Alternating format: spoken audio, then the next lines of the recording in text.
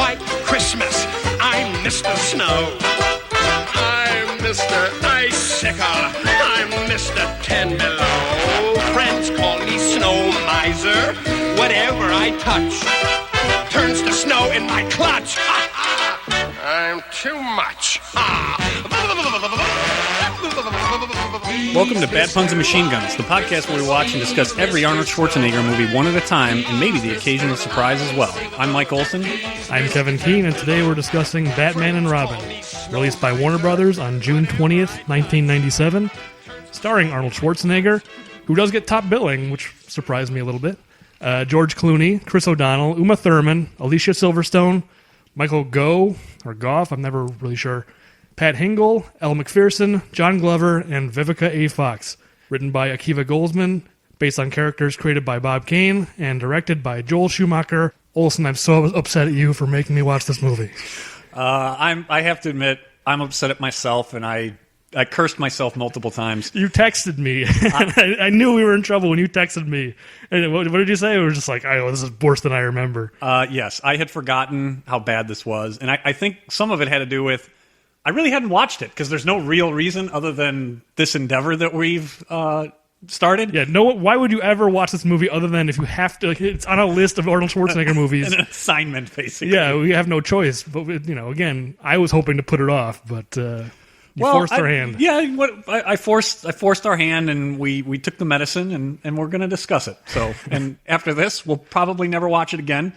And one side note, it is November 1st as we're recording today, and Netflix, as effective today, has dropped Batman and Robin from the streaming service. So it's a good thing we got this one in. Yeah, we've got some kind of Netflix curse going on here. Apparently so. I don't know what's happening. But yeah. I think I sent you something when I was watching this, and I learned that they were going to be dropping it, that they're onto our little game here, or our podcast, and they want us to have to pay up somebody else to watch some of these movies. Well, we'll save it to the end because I already know what I'm picking for our next movie, and it is on Netflix. So we'll see if these trends continue. These trends continue, like Disco Stew, right? Yeah, I'll tell you, man. Like the movie was bad enough, but the number of puns is off the charts. I had to stop every minute and a half. That's my other question. So did you happen, and this will be a surprise to me, did you get a percentage as well of dialogue? I think that would be a very interesting statistic for listeners. I absolutely did that. We'll cover it all at the end. Fantastic. On every Arnold Schwarzenegger line of dialogue, whether or not it was a pun, and also whether or not it was related to cold and or temperature. Yes. I don't even know what to do in this episode because do we need to stop every pun? And I don't even want to do that. What do we do on this podcast? Because there's so many, it'll take us 4 hours. Yeah, I think it would be best and most interesting for listeners. You just hit the high ones, and then at the end we give the tally. I think is probably the best. I think that's a good plan. I'll stop for the good ones. I will say before I forget, because as much as I didn't want to deal with this movie so soon in this podcast, it actually is really good timing because if the schedule works out the way it looks like it's going to. And this is probably going to be the last one we record before these start going up on the internet. So if the schedule works out, this episode will go up either the week of or the week after Christmas. So all the ice and snow theme... it'd be perfect. It's actually pretty appropriate. So if we were going to do it, that's the one thing that got me through it, of just like, this actually works out pretty good. So we've just admitted that we're really not that smart. It just... happened to fall that way, but it would have looked like we were really smart had we not admitted to that. Yeah, I mean, I believe in transparency. We can't. There's no point in lying about it and saying like, yes, we planned this from the start. That's fair. Believe me, I would have rather had done it next Christmas. That would have been my preferred plan.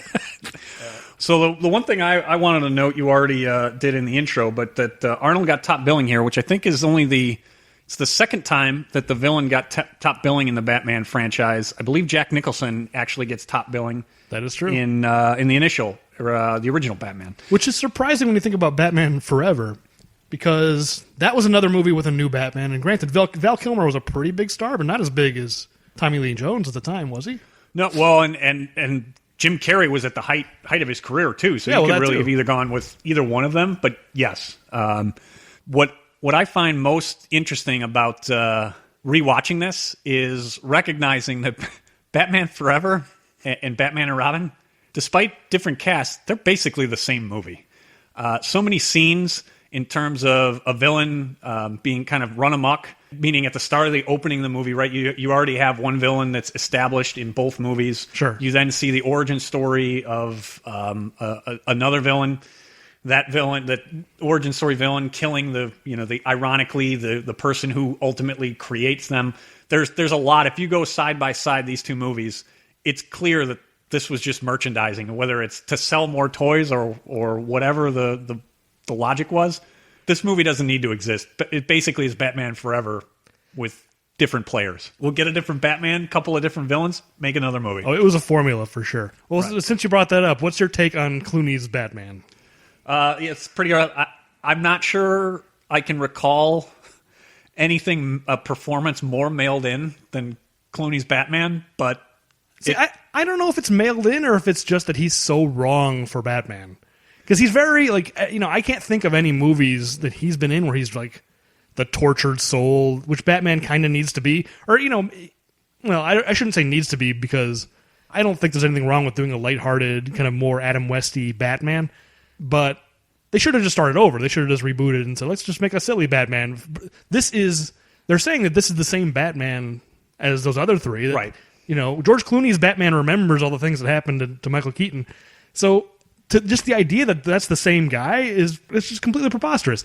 Clooney is good at very breezy, very light kind of performances. He's not good at playing brooding guys, because he's not that guy. And he's just so fundamentally miscast as Batman. He is like the absolute last person you should be casting as Batman. Yeah, I in getting ready for the recording today, obviously read some stuff, and one of the common themes that I saw, and I agree, is it seems like he was cast just based on, they put the cowl, drew the cowl over his head and his face. It's like, right. Wow, he looks like Batman. And you know what? That may be the case. The problem is that there's a lot more than just putting on the suit. And you have to do the Bruce Wayne, and you actually have to be Batman. You can't just walk around and not say anything. And it just didn't feel right. If you do that with any actor with a strong jawline, they're going to look like Batman. Yeah, I didn't say that it was a good idea, but it feels right. like in some ways that's how the casting was. He's available. I think that this is kind of peak ER, and I think ER was also a Warner Brothers production, so there might have been some overlap there where they asked some favors or made some suggestions. I'm not sure ultimately how he wound up getting cast. It's interesting watching this movie in 2015, because we're not saying anything new that this is a bad movie. Everyone knows this is a bad movie, but watching this in the context of the superhero, the height of superhero madness that we're in now, and so seeing the contrast of just, this is what superhero movies, or this is what the studio wanted superhero movies to be in 1997.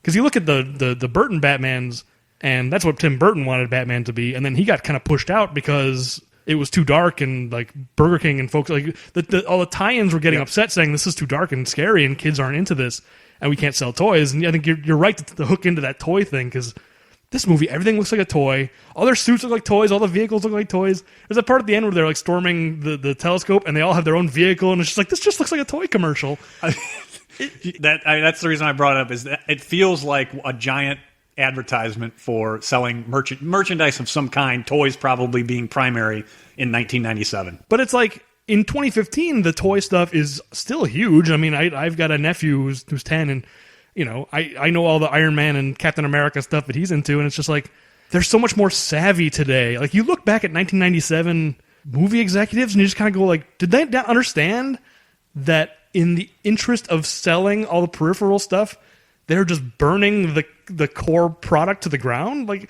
this is what they want. I mean, this is the movie, and I think Joel Schumacher has said in interviews, he didn't really want the movie to be like this either, to a certain extent, but he just got pressured, and he just kind of, he was just spineless and just let the movie studio do, or Warner Brothers specifically, to do whatever they wanted. And they wanted to sell more toys, and they wanted to appeal more to kids, et cetera, and they just made this complete piece of trash. And it's amazing to think that at the time they were so oblivious, and they didn't see the forest for the trees to understand how much damage they were doing to this incredibly valuable property that they had. It's insane. Yeah, it is interesting, especially since the turn, and I don't want to spend too much time in the intro on it, but the turn of what, as you said, the genre has become, but in particular Warner Brothers. Warner Brothers now seems to want to not be Marvel and be extremely dark, to the point of making Man of Steel, Superman, who I've always felt, and I'm not as big of a Superman fan as you, but I've always felt Superman was more of the lighthearted, kind of wholesome, superhero in kind of the spectrum. And Warner Brothers is trying to just be as dark as can be, which is ironic that they were the polar opposite 1997. Yeah, but they are emulating Marvel in the sense that they want to create the continuity among all their different franchises. And I guess everyone's trying to do that now. That's just where Hollywood is. You're right that tonally it's very different, but they're still kind of trying to out-Marvel Marvel in a way that I don't think is a good idea. I think it would be... I don't think it's... Well, we'll see. Batman versus Superman comes out in 6 months. We'll see how that is. But I actually don't think it's a smart idea for Warner Brothers to do that because they don't have the stable of heroes that Marvel has. All they have is Batman and Superman, and they're trying to build up Wonder Woman, it looks like, based on that trailer they put out. But I think you're right that they're going more dark, and I think that's a good idea, but the whole cinematic universe, that's not smart of them to do that. But yeah, we'll see. It certainly is. They've seen the success of what specifically Disney has done with after purchasing Marvel, which I think that really is the leverage point here, right? Is that in 1997, Warner Brothers had control because they owned the comics in Warner Studios, so they had control of those. Marvel itself was a standalone company just making comics in 1997. Things significantly changed when Disney took over and has owned the Marvel franchise. So Warner Brothers is trying to copy it, but trying to differentiate themselves. And I just think it's interesting of how far away they are from what they were in 1997. Yeah, because I think at the time, Warner Brothers was just like, we have this thing, let's exploit it. And that's what's so tragic about Batman and Robin is you're just watching this character in this franchise just getting wrung dry. It's really kind of tragic. That's why it's so hard to watch. It's not just a bad movie, because there are hundreds of bad movies. It's that... It's a bad movie, it's taking something that started so promising with the Michael Keaton ones, and Tim Burton. And it's like watching, a friend get sick or something. It's just like, you were once this strong, healthy thing, and now look at you. Oh, it's so tragic. Anyway. So after they suit up with nipples and butt shots, just... There's some bad banter, including, a copy from... the Batman Forever of chicks dig the car. I mean, all of it just felt forced, and I just, as each minute rolled by, I'm like, oh, this is going to be 2 hours that I wish I had back. I thought that was a copy. I wasn't sure. I was like, wait a minute, didn't they do that? And then I couldn't remember if it was Batman Forever or... It was Forever. It was one of Val Kilmer's lines that was in the trailer over and over again, so I'll never forget it. Also, the thing of oh, chicks dig the car. You've got a motorcycle. No chick has ever dug a guy in a motorcycle. Never.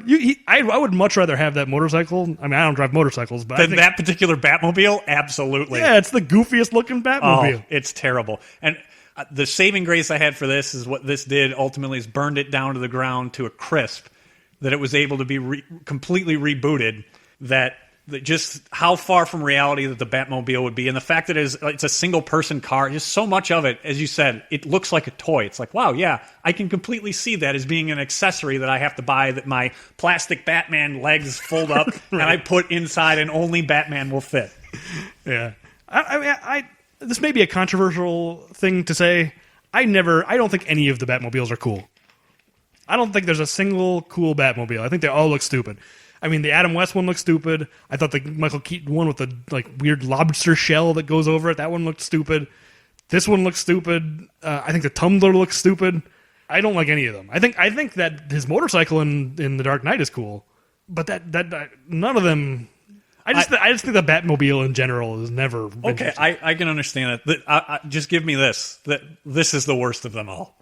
Oh, I agree. Thank you. It has weird the double fins on the back. Yes. It looks like a shark, more than a bat. It's confusing, but I agree with you. I don't know what Robin's beef are. It seems like he's got the better vehicle. Yes, I think he's got the better vehicle. So they got to call. First of all, they just start driving. They don't know where they're going. I guess they're just driving towards the bat signal that we don't see. Yeah, and because the commissioner calls them and tells them what's up. The commissioners deliver. You want to talk about a wooden performance? I think that's intentional, though. Maybe it is. If it is, I don't know. As I said, as each second ticked by, I'm like, oh man, I forgot how bad this was. But Commissioner Gordon, who I liked in the other movies, it's not like I liked him nearly as much as when we move forward in Gary Oldman when he ultimately becomes Commissioner Gordon. But Gary Oldman's also probably a better actor. But it's Batman. There's a new villain in Gotham. It's the way he says Batman in particular. Now I kind of want to find it. I just, as I was watching him, the screen that is pulled up looks like a bad cell phone that's there. So much of the stuff. Well, it's one of those screen, like the things that we were talking about in the Running Man thing, where Yes. like they're taking no care to make things look like a real screen or No. But yeah, the screen that's put up on there reminds me of, video games actually preceding this era in like the early 90s of, whether it would be any of the Star Wars games, but just when the video would come up and somebody the video presentation would be extremely wooden. And yeah, he's like giving him his mission objective. yes, it was like a mission objective. And again, it was 1997. It's not that far removed from the games that I'm thinking of, but I remember when I was watching, I'm like, wow, this is really bad. Yeah, I found the clip, so here we go. Let's just play it. Batman. A new villain has commandeered the Gotham Museum. He's frozen the Antiquities Wing. He's turned the security guards into blocks of ice. He's calling himself Mr. Freeze. Oh, it's like Batman.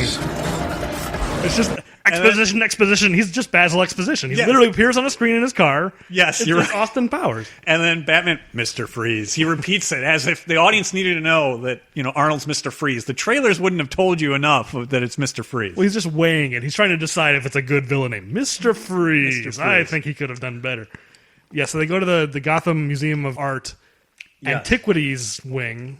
Why would a museum of art have an antiquities wing? I had that written down as well. I'm very confused. And there's there's dinosaurs and stuff in there, but there's also a diamond he's trying to steal. The only thing that it reminded me of, it's currently underway in approvals here in Chicago, but George Lucas is planning a new museum of his collection of things from his company, Industrial Light and Magic, as well as his Norman Rockwell collection. I think it's just stuff like it's just movie or it's a pop culture museum. It is, but it just the Norman Rockwell doesn't seem to make sense, and it reminded me of this museum that yes, it also has diamonds and dinosaurs. I'm not exactly sure why, but it has these things right next to each other. Yes, it's just these two things belong in the same room. Yes, So Mr. Freeze is there. Cops are shooting at him. For some reason, he's bulletproof.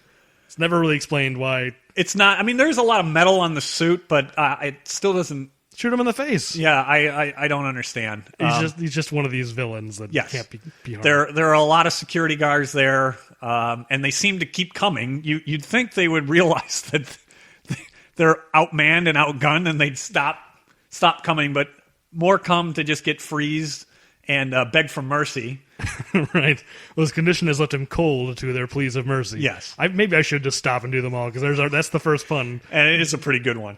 He's got a million of them in this scene. Like, this scene is like, I don't know, maybe 10 minutes. Yes. And I'll say that his ratio of puns drops off after this scene, but I think I'll just say that in this scene, including like he steals a diamond and they get in the rocket ship, et cetera, et cetera. We can cover it in detail if we want, but it really is not. It's a lousy action sequence. Yeah, it's a lousy action scene. A lot of stuff doesn't make sense. So let's just hit the highlights and move on. But he has 20 lines of dialogue in this whole sequence. 5 of them are puns. Wow. So and keep in mind, the highest number we've had so far was The Running Man with 7. And he's got 5 in the first 15 minutes. And only Arnold. I think there may be. I think there may be 8 puns just in this scene alone. I'll check. But this movie is wall to wall. The puns are just rapid fire. I mean, it's no secret. Everyone knows that this whole movie is just Arnold spouting puns. But yes, and it's also probably what gives validity to the name of the podcast of Bad Puns and Machine Guns. This one kind of covers all of the bad puns that you could want, and they're bad. That's for sure. Yes, like, and there's they're no not question. Good. So the things I'd like to highlight is what I don't understand is, and I realize that this was trying to be more like the Adam West 1960s Batman. But the fact that they have ice skates built into their boots, and the reason it's really confusing to me is we've seen them get into their respective vehicles and leave before they get their mission. Right. So even if let's say that they had those ready for a villain who's based on ice, how did they happen to have them on before they even knew who it was? It could have been the Joker again. It could have been the Riddler, because the Riddler... Well, I guess the Joker was killed off. Yeah, it couldn't have been the Joker. You're right. But the Riddler survived. Yes. So I had a real hard time with the ice skates. I think the movie is implying that those are there all the time. That that Michael Keaton had roller skates or ice skates in his shoes and just never needed them. Apparently so.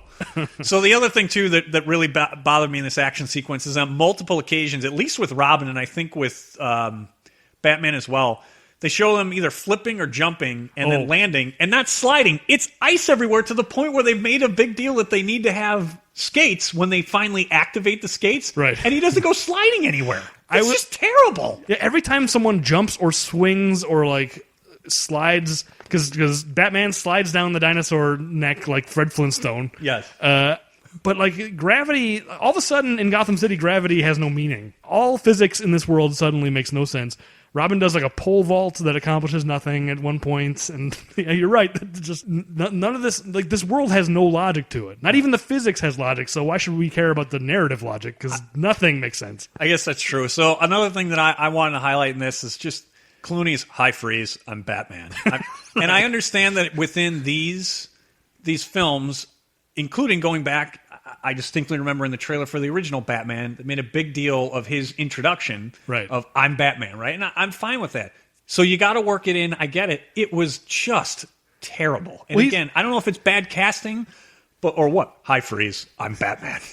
But I think that's it. I think Clooney is just too breezy to be Batman. He's just very like casual about it. He's just kind of like, hey, hi, how are you?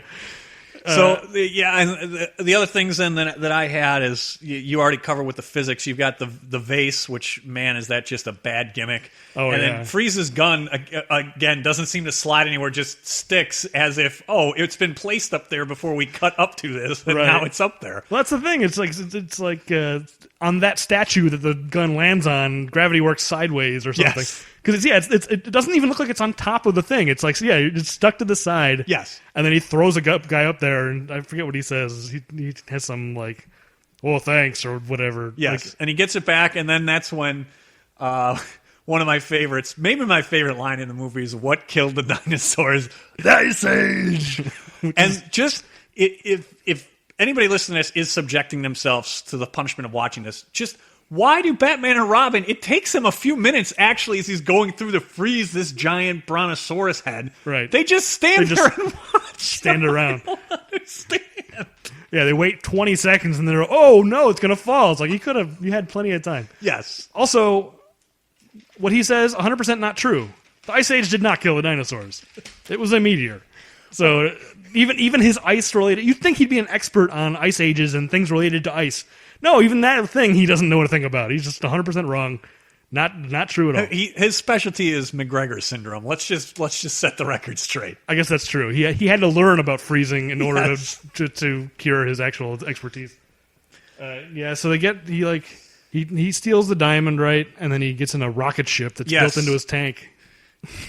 Again, another toy, I'm assuming. The rocket ship maybe is sold separately from his drill tank. Why I'm not sure what to call it. I can't decide. I can't figure out if this tank, he only has one of these or if he has like a whole fleet of them with like different things. Sort of like in The Dark Knight Rises, where they've got the fleet of tumblers. Right, but it's also, he lives in an ice cream factory. He's got like 12 henchmen. He doesn't really have, like, he steals diamonds, sure, but he's not selling them because he needs them. Like, how does he have money? Like, where's he manufacturing these tanks? Yeah, in Dark Knight Rises, Bane, it makes sense that he's got this, like, fleet of right. They clearly explain how he acquired it, right? But is Mr. Freeze so wealthy from his ice cream business that he can build these tanks? It's very interesting. So there's like a million puns. We'll cover them at the end, but they go up in this rocket. Yes, and Batman just gets his arms. Batman is completely helpless. Freezes his hands to the wall, which I don't understand how he only freezes his hands. But and then he's like, your heart will freeze at 30,000 feet or whatever. You have a freezing gun. I'll rely on the temperature of the altitude to kill you, Batman. You're Mr. Freeze. You don't need anybody could take someone into altitude. And I'm certainly not a doctor like Victor Freeze, but it would also seem like the heart probably wouldn't be the first thing to freeze, is my guess. Yeah. It would seem like the extremities, and he would die from something other than his heart freezing. But again, I think he's not the expert in freezing as we think. So maybe Batman would have been fine. Batman just kind of assumes, like, if this thing explodes, it'll take out all of Gotham for some reason. Yeah. And then they jump out and it explodes and everybody's fine. Yeah. And in particular, what I'd really like to know from that, when Robin comes to save the day and they're about to exit, how do they know those doors? They can use them. First of all, just using them as surfboards is obviously laughable. But how do they know that those doors can be used as surfboards. How do they know how the doors on Mr. Freeze's rocket ship, how do they know how those work? And how does that help them in any way is really the question. Like the fact that their surfboards is slowing down their descent. Like, who knows? This is like very much, I feel like the Teenage Mutant Ninja Turtle-ification of Batman. Because they jump out of there and go like, cowabunga, or whatever. Or no, he says surf's up. He says cowabunga earlier when they're like, I forget. Robin does. Right. So it's. I think this is just, kids like the Ninja Turtles. Let's make it more like the Ninja Turtles. Yeah, let's work that in. Yeah, this sequence really sets the tone of just complete madness. Like, you can't take it. At least this movie's upfront about, like, hey, don't even worry, don't take us seriously, because we're not taking ourselves seriously. Yeah, for sure. So next you move on to the creation. So Mr. Freeze already had existed and was running amok, and much like Batman Forever, a villain is created, and in this it is Uma Thurman as Poison Ivy. First, initially introduced as Dr. Pamela Isley. Yeah, there's an establishing shot of their laboratory. It, I guess, is in the jungle somewhere. Yes. And I swear, do you remember the Budweiser frog commercials? Yes, they added from the Super Bowl, absolutely. Sure, but they added the lizards like later. Remember, Yeah. it was just like they were like jealous of the frogs and didn't like them. Yes. I swear, there's a lizard, and I was like, that. I could not be more certain. They just took that. They like went to the Budweiser people or whoever did that ad and went like, "Hey, can we borrow your lizard?" It's the same lizard. I don't have proof of this, but I'm sure. Like, the timeline, all sure, it sure can be. But the timeline matches up. Like, this is exactly when those commercials were happening, Yeah, and it looks around with its like puppet eye in the exact same way. It's in my mind unmistakable. That was such a memorable commercial. I just went like, that's that lizard from the Budweiser commercial. I'm sure it was probably just another product tie-in. There was a way for them to get some money from Budweiser, is my guess, without getting any parents up in arms that Batman and Robin had an endorsement from a beer company. Yeah, after all the controversy about Joe Campbell, we got to find a way to work in the beer guys, but not too obvious. Yeah, advertise beer to kids. It's perfect. So it's Dr. Woodrue, or I guess we meet Uma Thurman first as Pamela Ivy. Is it Isley. Dr. Pamela Isley. Not Ivy. No, it's Pamela Isley. Why didn't they just make it? I guess maybe it's just that was her name in the comics. I'm sure they wanted to be. Why bother staying true to the comics at this point? I can't disagree with you, but it is Dr. Pamela Isley. Because I kept thinking her real name was Ivy, because it's just like that's Isley and Ivy are so similar. Just whatever. Similar enough. That's, I'm sure, a fault of the comics. She's working at this lab, and Dr. Woodrue has he has some secret wing that she's not allowed in, and then she just immediately goes in. Yes. She goes, what's he doing in there? How long? This just happens to be the moment where she just decides, I'll just open this door. It's unlocked. Yeah, I'll see what's going on over there. What's all the ruckus? And unfortunately, John Glover is actually an actor that has been in things that I enjoyed him in, and he, like everybody else, is really hamming it up, and unfortunately not in a good way in this movie. Sorry, who, the doctor? Or Dr. Jason Woodrue, I think. Well, I guess he's a real DC character, and in DC Comics, and neither of us is a comic book expert, but he becomes Floronic Man. But like that's kind of what I was getting at earlier about DC maybe shouldn't do a cinematic universe, because their comic book universe, I'm going to upset some people. I'm going to upset DC fans, but outside of Batman, Superman, and Wonder Woman, and maybe Green Lantern and a few more, so much of that stuff is so silly. Like I found a picture of Floronic Man, and he's kind of like, I think he's part of like the Swamp Thing comics, and he's just a big dude. He turns himself into a plant, very much like Poison Ivy, only he just looks stupid. So he's a DC character. It's interesting that they kill him off here. They do eventually. We're not there yet, so our body count's still 0, but we'll get there. Body count's 0, but we're going to get there fast. So he's got a bidding war about to begin, as he's about to demonstrate what he's been working on that Dr. Pamela Isley has not been privy to until now. Yeah, so he brings out a convicted felon. I forget if he even explains this guy's crimes or whatever. And he explains to the people who are bidding that he's drilled 3 concentric circles into his hypothalamus or something. Yes. You can't drill 3 concentric circles. Concentric means having the same center point. If you've drilled 3 concentric circles, you've drilled 1 hole. How could you drill 3 holes with the exact same center point? Whatever. It just goes to show the thoughtlessness of this movie. I wonder if somebody was just like, that's not possible. And they said, you know what? It doesn't matter. None of the rest of this is. Let's just keep going. Yeah, so he becomes Bane. Of Quite a different Bane than we know now. Significantly different. And what's funny is I do remember at the time of all of the things that people complained about this movie when it came out, and there was a lot, but from the comic book fans that I knew, their just hatred of what they did to Bane was... of all that was wrong with this movie, that was what I remember from the comic book fans. They were just so angry of...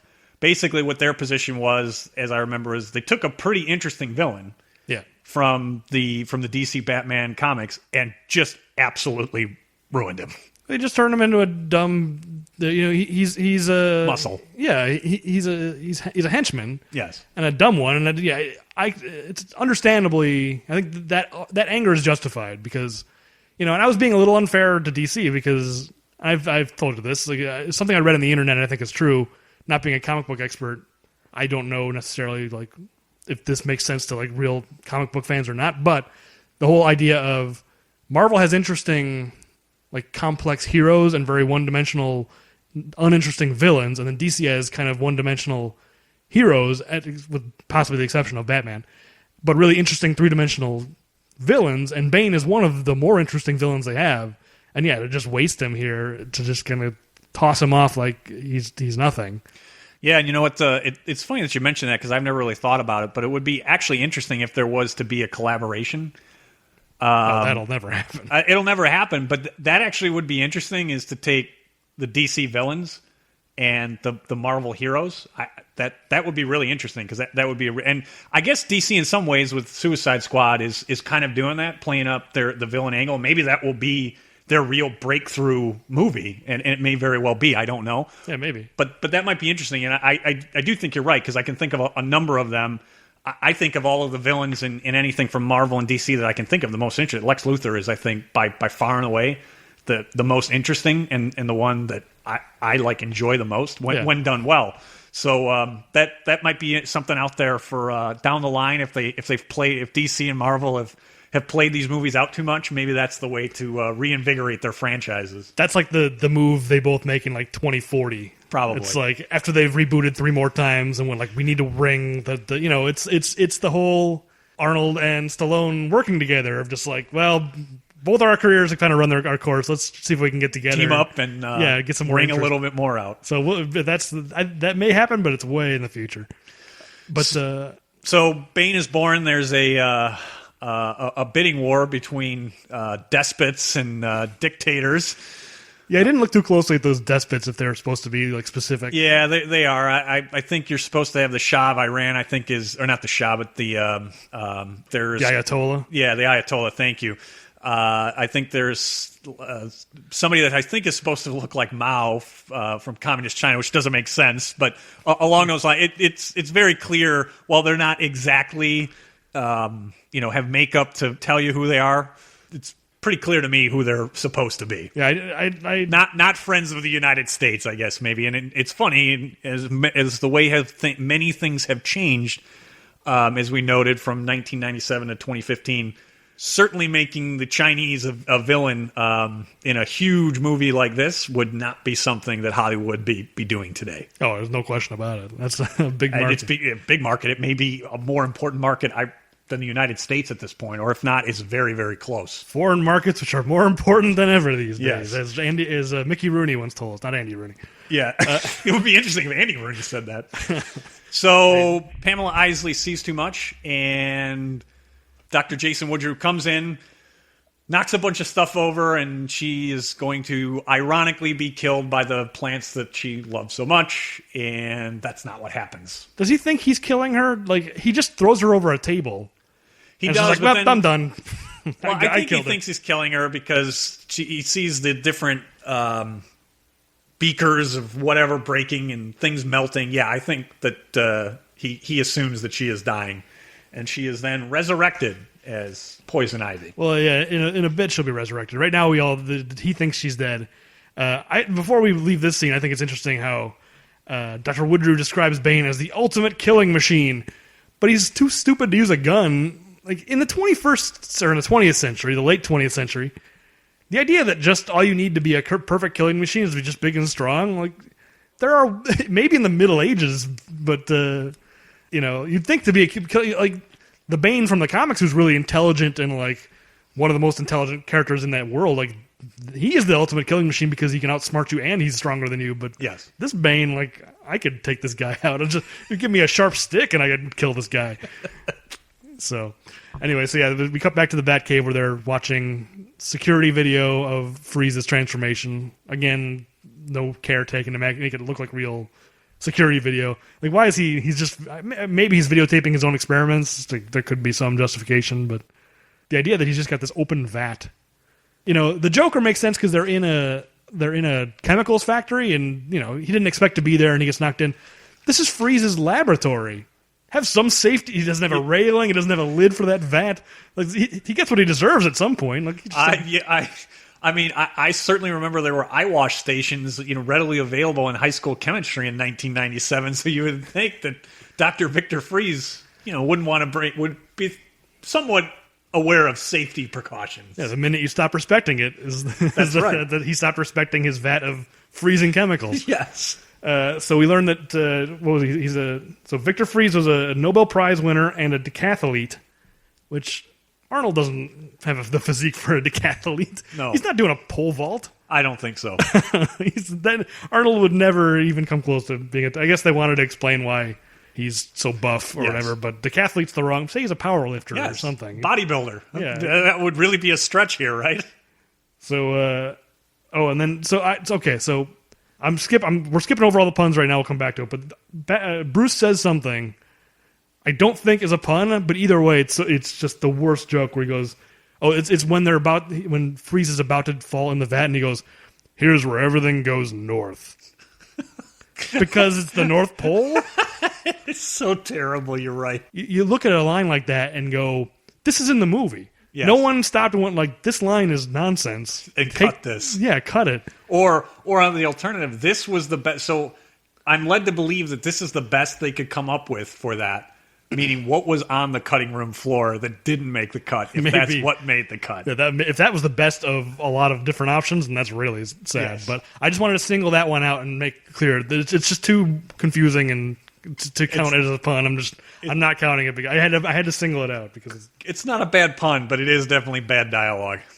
And then Batman and Robin there's this forced tension all the way throughout the movie between Batman and Robin, and it starts here of just like, yes, you were careless, you got frozen by Mr. Freeze, and I had to thaw you out. Batman got caught in that rocket, right, and Robin saved him. Why is Batman in this movie is such a jerk? And then at the end, he gives a speech about like trust. You need to trust me or whatever. And I feel like this movie is trying to make us like feel like Batman has taught Robin a lesson about family and trust. Batman's being a jerk this whole time. He's chastising Robin for getting frozen, but Batman had to be rescued also. Yes, I feel like Robin's complaints are kind of justified. Of like, Robin's annoying, but he's not wrong. This comes up a lot in this movie, so I think it becomes more prominent later. But this whole tension between Batman and Robin is so forced and it's just so phony. It doesn't work. It doesn't work at all. And maybe it's Clooney, maybe it's O'Donnell. I don't know. It's hard to pinpoint what the problem is, but none of it really works well. Yeah. And speaking of things not working well, I have a note here saying Bruce has a heart-to-heart with Alfred. Who cares? Yeah, because there's a lot of that in this movie also. Yeah, there is. And, so what I had on that, because you have these, flashback scenes. I think that was the first one. They have this heart-to-heart, and Bruce remembers back when he was, young. And there's no dialogue in those. It's all silent in his memories, which I find interesting. But the only thing that I guess I took away is that when they finally did reboot 8 years later, they did it right. In so much as they said, no, let's actually go back. Let's explore that. Sure. And, let's give it dialogue, which is, maybe these scenes would have been a little bit better if they had dialogue and they weren't phantoms that apparently can't speak. And it wasn't just once. There's, I think, 3 times that it comes up. And it just seemed like, it seemed like all of the Alfred stuff was just bolted on and kind of, unfortunately, a waste. Well, it's the thing. Batman Begins does it right because that's the first movie. That's the movie where you should be doing that. You can't, after 4 movies, you can't suddenly say Alfred is this important character and we need to foreground him and make him the emotional center in the movie. It's like the last 3 movies, he just stood around and served food and he was not involved in the story at all. And that's one of many improvements in the Nolan reboots. But I think you're right that all of a sudden you can't have him sick and he needs to be like the heart and focal point. In Batman Begins, you get exactly that. I mean, that was his family. After his parents are murdered, Alfred raises him. I mean, he's who he knows from however old he is when his parents are murdered. He should have. When I really think about it, they really shortchanged him in all these movies. He really should have had a far more prominent and important role. Yeah, him and Gordon are just afterthoughts for sure. It's like these are characters that need to be in a Batman movie, but it's completely obligatory. Like, which is fine if you want to do that, but then in the fourth movie, you can't make Alfred suddenly this important. And I felt the same way that entire storyline is kind of like, who cares? This movie could have been under 2 hours if you would have got rid of all of this stuff. But especially in this movie. It's like, if you want to make a campy, silly Batman movie, make a campy, silly Batman movie. Don't force feed us this stuff. Yeah. Oh, he's dying. And it's forced tension and then forced drama, if you will, of Alfred dying. Yeah, it's weirdly grafted on. And not to be insensitive, but that guy's pretty old. He's had a good run, is what you're saying? Well, it's like, obviously if they can cure him, they should cure him. But right. He's had a good run. Kinda, yeah. I don't know how old that actor is, Michael Gough. I don't know if it's Gough or Goff. I said both, but he was Alfred in all these movies, and he was old at the start. Yeah. And this is 10 years later. It's like that actor had to be at least 80 at that point, right? Yeah, but he's had a good run. So then we get the scene real briefly of Poison Ivy becoming Poison Ivy, right? Yes. The doctor's made his deal. The bidding war is over. Yes.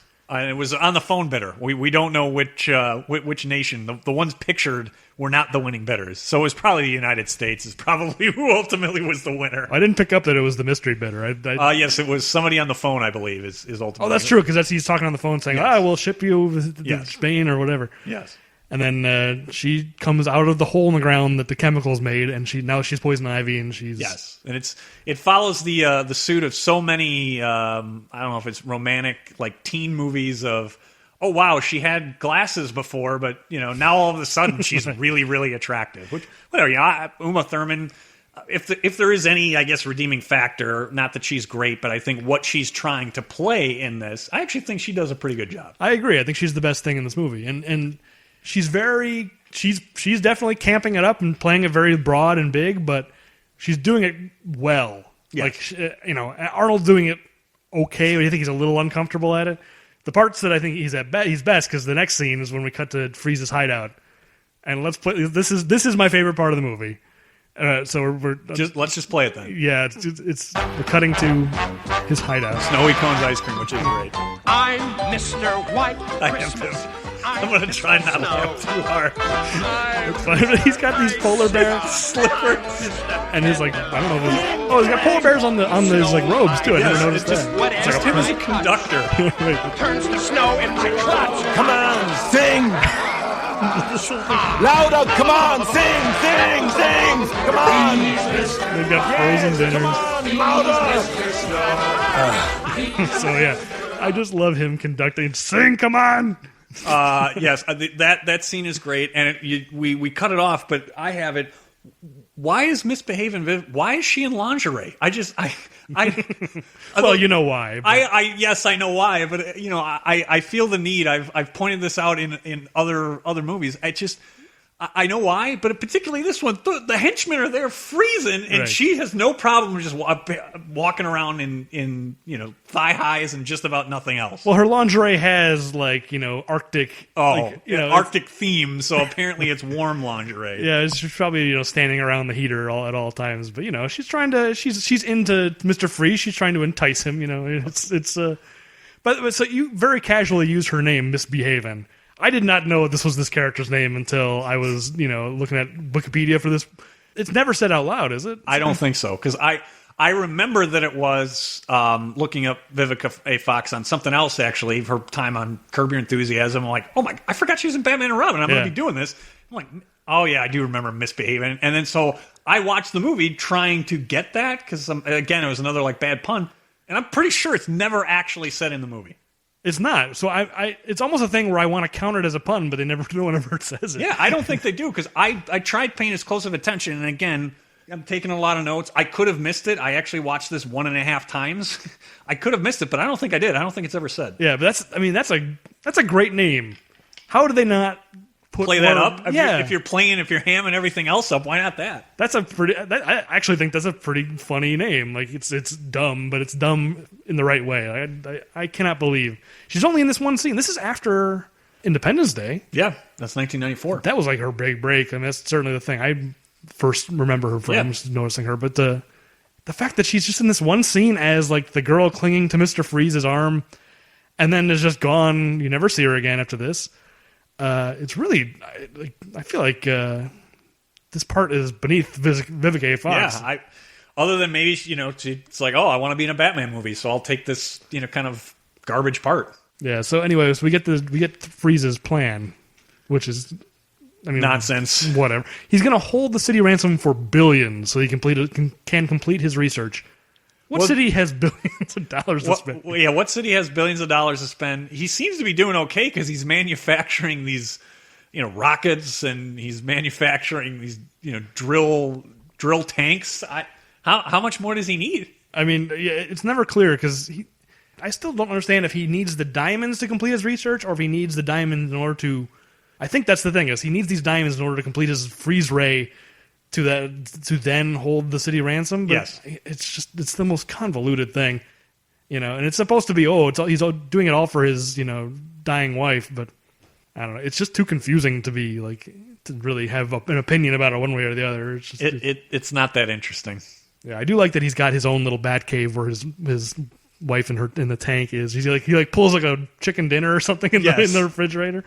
That's kind of funny. That is very, Adam West Batman. Very much, and they pull the head up and hit a button. Yes, slides up here. Him as the conductor, I had a star by it. That was the highlight of the movie for me. It was all downhill from here. That I won't say that was worth watching it because it's not, but it does. If I had to watch this movie again, I would at least look forward to that because that is a pretty good scene. I would wager to say it's the only good part of this movie. That might be fair. Yeah, so we go back to Wayne Manor. Wayne Manor, and this is where Batgirl shows up. Or where introduction of Alicia Silverstone and Batgirl. She is dreadful in this movie. You want to talk about Clooney like sleepwalking? I think I'm giving Clooney the benefit of the doubt because he's giving a very Clooney performance, and it's just a bad fit. I think Alicia Silverstone is comatose. I mean, yeah, she. So this was nominated for many Razzies. She is the only one that won a Razzie. I'm of the opinion that there are some more that should have probably won, but she is bad. And really, up to this point, she had one successful movie, Clueless, which I'm not sure how much that was outside of her range, if you will. And action hero, no. This was clearly a casting. We want somebody really young and attractive for toys or whatever, and just bad casting. Yeah, and a lot has been made on the internet about her accent or lack of it, because she's supposed to be English. She's from Oxbridge or something. Yes, the combination of Oxford and Cambridge. Thank you. Yeah, she's supposed to be English, and she's not even trying. Why even again? At some point during the filming, they should have said change the script, because she's first of all she's Alfred's niece, which considering Alfred's age is surely his great niece, right? Not his. It would seem like it. Yes, the age disparity seems very strange. He's going. She's his sister's daughter, and we see a picture of the sister. I forget what her real name is, but Peg is the nickname, right? Yes, because it's probably Margaret. Yes, yeah. I think so. But Peg becomes a password. But you see a picture of her, and the picture looks like it's from the 1940s. Yes. The photograph of her. It's all of it doesn't make sense. It's black and white, and she's in flapper gear. Yes. How does? But I mean, why even? I don't even know. I'm so exhausted just trying to follow. I'm trying to meet this movie halfway is pointless. It's what is the movie trying to tell us? The movie doesn't even care. The movie doesn't know what it's trying to tell us. So why even spend the time? Why are we trying? Anyways, but yeah, Batgirl is the worst. So Batgirl's introduced, comes in, is excited to see Alfred, tucks him in, and apparently travels with a helmet and steals a motorcycle and is right away. First night. Yes, just takes off. Eventually you get a little more there, but that's our introduction to Alicia Silverstone as Alfred's niece, not Barbara Gordon, Alfred's niece, soon to be Batgirl. So then I think the next you get a little bit of a scene with, I don't know, it brings a little bit of a smile to my face. Bane in that getup as the driver. I'm not sure why, but it did kind of make me smile. It is a funny image. His Humphrey Bogart getup. Yes, the Humphrey Bogart. It's not Driving Miss Daisy, but I don't know. Something about it just made me smile. Well, later in the movie, there's a photograph of them like arriving at the airport, and he's in that. And the photograph is even funnier. Yes, just like he's got his hat on, he's trying to be incognito, and it's not going to work. But certainly he didn't put that on himself. No. Like she must have dressed him like, okay, now Bane, sit still, I'm putting this hat on you. It's like when they put the cuffs on Chewbacca. It's like, okay, sit still. Okay, you're a big strong thing. I'm just going to put this hat on you. Yeah, just please sit still. And this is where they introduce the observatory, and there's an event dedication with the gossip columnist or whoever that the chatty lady is that wants to that's interviewing Bruce Wayne. This is the first of 2 events at this observatory. Yes, that's too many.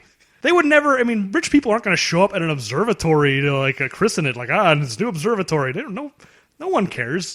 No one cares about these scientific pursuits. They're not going to have 1, let alone 2. So this is is this supposed to be the announcement, and then the one later where Poison Ivy hypnotizes Commissioner Gordon and gets the keys? That's when they're opening it, right? Yeah. Or is it the reverse? I don't even know. Regardless, there's an event, and Gossip Gertie is there and is asking. Oh, we meet Elle Macpherson as Bruce's girlfriend. Yes. I don't know her name. Another replacement for Nicole Kidman from Batman Forever. Do you think? Which, in some ways, you kind of wonder that they burn Nicole Kidman. Maybe Nicole Kidman would have been interesting as Poison Ivy, since she at least wouldn't have needed the color or a wig to have the red hair. That could have been good. Yeah, that probably would have worked. Nicole Kidman would have been pretty interesting. Again, I think Uma Thurman is probably the best part of this movie. So changing that wouldn't have changed much because she really was the only good part in it. But it would have been interesting to have Nicole Kidman available. This Elle Macpherson's character is not the same as Nicole Kidman's. It's not the same, right? But I'm just saying it's the same role, if you will. Yeah, I mean she's not a villain or anything. She's just a love interest. Yes. Do you think maybe this was supposed to be? Maybe do you think they wrote this thinking it would be Nicole Kidman and she didn't come back and they changed the name of the character? I didn't even think about it, but it feels like because. They act like it's this long-term relationship which is a strange depiction of Bruce Wayne, because as long as he's Batman, you wouldn't think whatever, he's had love interests in previous movies, but she's asking marriage, it's like the movie implies that they've been seeing each other a long time. Yep. Isn't he worried that she's going to find out he's Batman? Well, the closer someone gets to him, well, the interesting thing is that all of the other love interests all find out in all the preceding movies. Nicole Kidman? Yeah, they all know. I guess you're right. So I guess he's beyond caring. And so I don't know if the plan was to have Elle Macpherson come back for another movie after this. She doesn't. She's the only one that doesn't, and including when they reboot the love interest there, Rachel Dawes, the character that's made for those specific movies, knows, in the first one and then subsequent ones as well. So really, Elle Macpherson's character is the only of the love interest that doesn't find that out. My guess is they might have had grander plans for that character, maybe in a next installment if there's going to be one. Yeah, because she has nothing to do in this movie. No, and there's no the whole idea of is Bruce going to propose? It doesn't go anywhere. She's never put in any kind of danger. She's not involved in the story at all. It's the only way she's involved is there's that scene later where he kisses her and he says Ivy, and she's like, "Who's Ivy?" But it's not like that. Even you'd think they'd play that up and be like, "Oh, they broke up because he's been hypnotized by Ivy." They don't even do that. Nope, she's there mainly because she's Elle Macpherson. I guess so, and she looks good. And she does. She looks good in this movie for sure. Yep. So we meet these scientists. I want to single out one guy, and maybe go ahead. No, you do it. Nope. I want to know where you know him from. Nope. Go ahead. It was Ping. Yep. Okay. Yeah. So he's Judge Ping on Arrested Development. But the place that I first noticed him, and this is his name is Michael Paul Chan, and he's a character actor. He's been in a million things. The thing that I know him from originally, when I saw him as Ping, it was the thing that made me go, "Oh, it's that guy." He's in Maverick. You ever see? Oh yeah, absolutely. Yeah. I don't remember him in it, but I'm sure you're right. The Western poker movie. Yep. He has a very small part where he's one of the guys in like the tournament at the end. And the line I always remember, and it was a friend of mine from college, we used to quote it all the time, like when we play poker or cards in general, where it's the scene at the end of the movie, not to spoil too much of Maverick, but they're playing the final scene of the game, and what's his? I forget the guy. Mel Gibson. No, not Mel Gibson. The James bad Garner. No, the other bad guy. He's in Raiders of the Lost Ark. Alfred Molina. Yes. Alfred Molina has his hand and he goes, "How are you gonna beat my straight flush?" And he puts out a straight flush, and everyone's like, "Whoa, whoa, whoa!" And what's his name? Michael Paul Chan is right behind Alfred Molina, and he goes, "Ha ha ha! Unbeatable!" And that's just stuck in my head so much. It's just him going, "Unbeatable." And so we'd play cards and just constantly like, "How you gonna beat my two pair? Unbeatable." It just became a running joke. And so this guy, he's a character actor, but He's been in other stuff, but you wouldn't forget him because of that. he has a lot of memorable parts. He's also the shopkeeper in Falling Down. Yes, I forgot about that. Yeah. I'm disappointed. Obviously, the Joel Schumacher connection. That's probably exactly. the reason why he's got pulled into this one. Yeah, for sure. Unfortunate for him. He's hamming it up too in this one, by the way. Everybody is. He seems like a guy who gets a lot of small parts and goes like, "I want to make sure people notice me." Yes, but I don't mind it because he's in Maverick. He's really funny that one moment.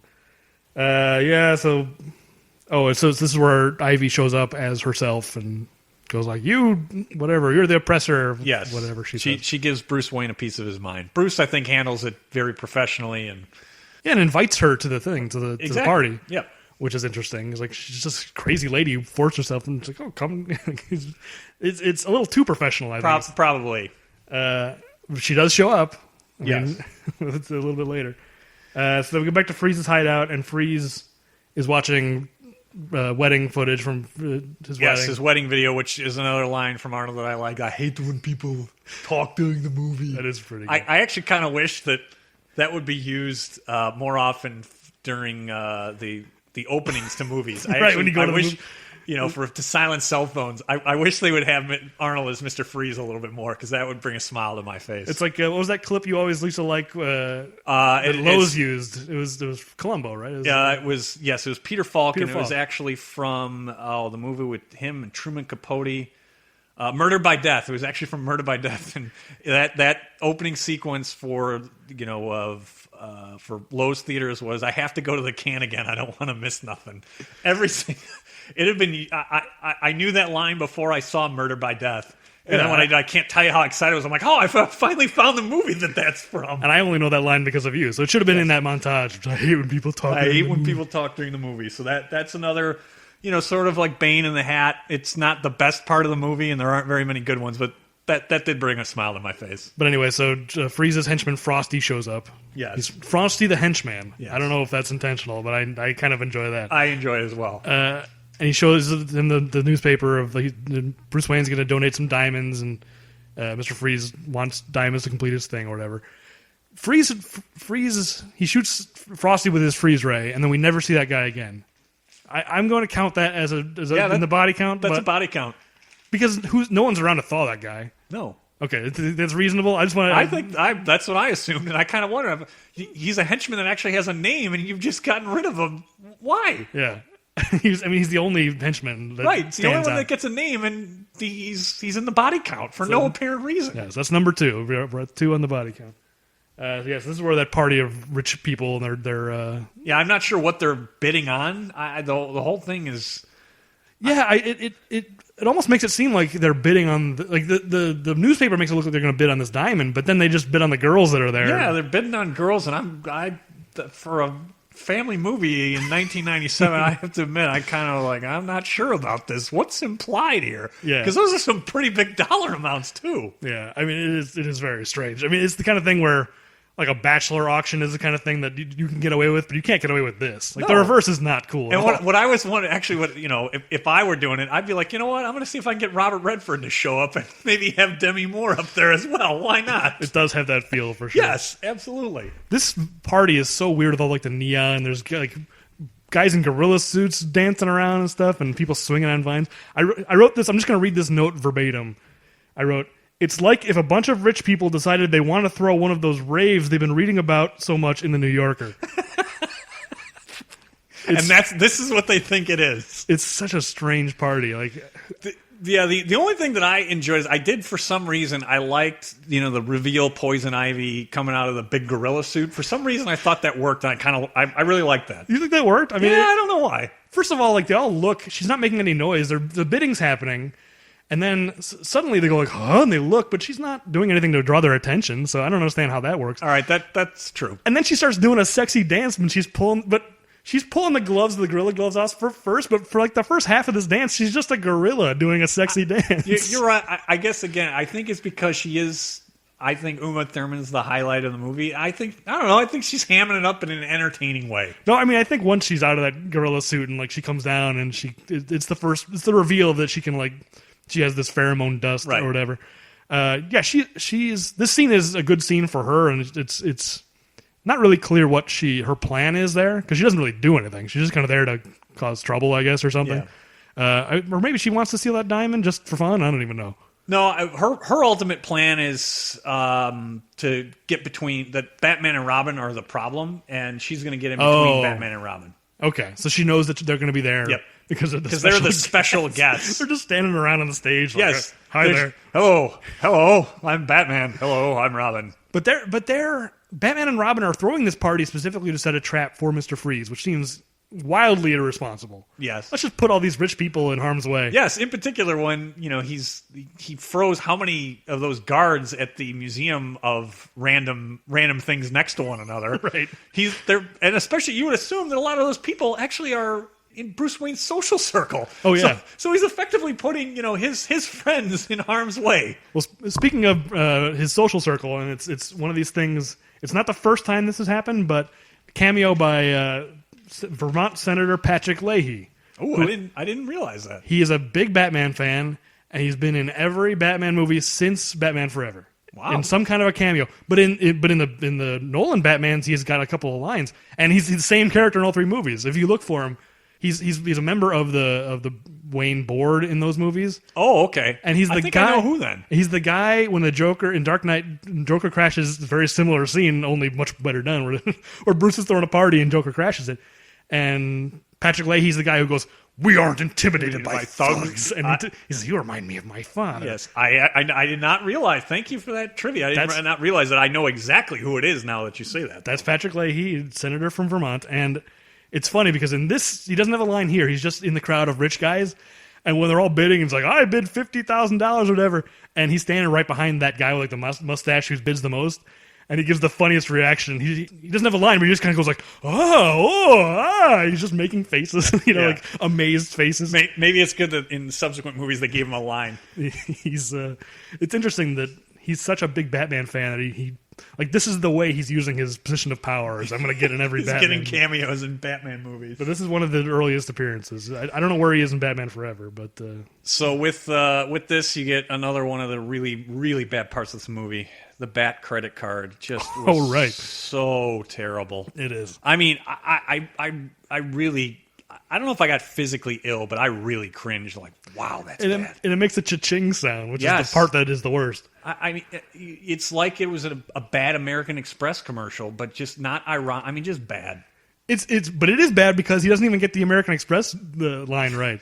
Because all those old commercials were "Don't leave home without it," right. And he goes, "I never." What is it? I forget exactly how he phrases it, but he's just like, "I don't ever leave the Batcave without one." Yeah, I think that's what it is. He doesn't even get it right. I know he didn't say it right. Yeah, which is funny because I'm reminded that it's been done before in movies that it worked really well. Like in Major League, I think the American Express card, "Don't steal home without it." I mean, that's actually funny. It's actually funny. One of the best parts in the movie. It's a great commercial overall. But that's also actual product placement. Yes. Like he doesn't actually flash an American Express card. It just says goth card. Yes.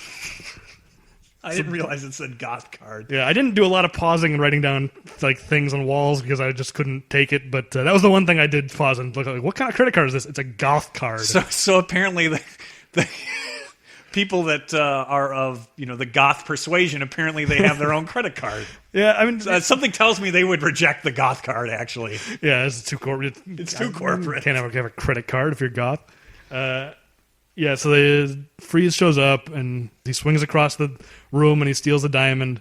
How are Batman and Robin... Oh, they're fighting a bunch of his thugs, right? While he steals the diamond? Yep. And then Poison Ivy tries to take it from him or whatever, and he's immune to... It doesn't work on the cold-hearted. Does not work on the cold-hearted. So, he steals this diamond, and there's a chase. And they, end up on, a crazy statue. Yeah, the Gotham City layout in this movie during the chases, it's really, really weird. It's weird, but I kind of like it. I like how crazy it is. It's like an MC Escher city. Like they're on a highway for a little bit, and the highway's elevated 30 stories up, and then they crash through a thing, and they drive down the arm of a giant statue. And I actually kind of like the shot of when Robin's like, I can make the jump, and Batman's like, I'm gonna deactivate your bike, which seems way more. Just let him try. Yes, he ends up sliding down. That's right, and it seems like that's extremely dangerous and irresponsible. Yeah, that's what I'm saying. Batman he's such a huge jerk to Robin. This whole movie, he's a jerk, and it's not very logical. Because when I saw it, I'm like, how is that doing him any good? He doesn't know how long he's going to have for him to be able to stop. Yeah, but I do think it's a cool shot where Robin he stops right in time, then he jumps off, and he's just and screams it's silly and why it's so over the top in terms of his acting, but I actually think it's kind of a cool shot. So Freeze makes the jump. Two of Freeze's henchmen crash into a building. So there's body count 3 and 4. Those guys clearly do not survive. No, they did not make it. But it is interesting.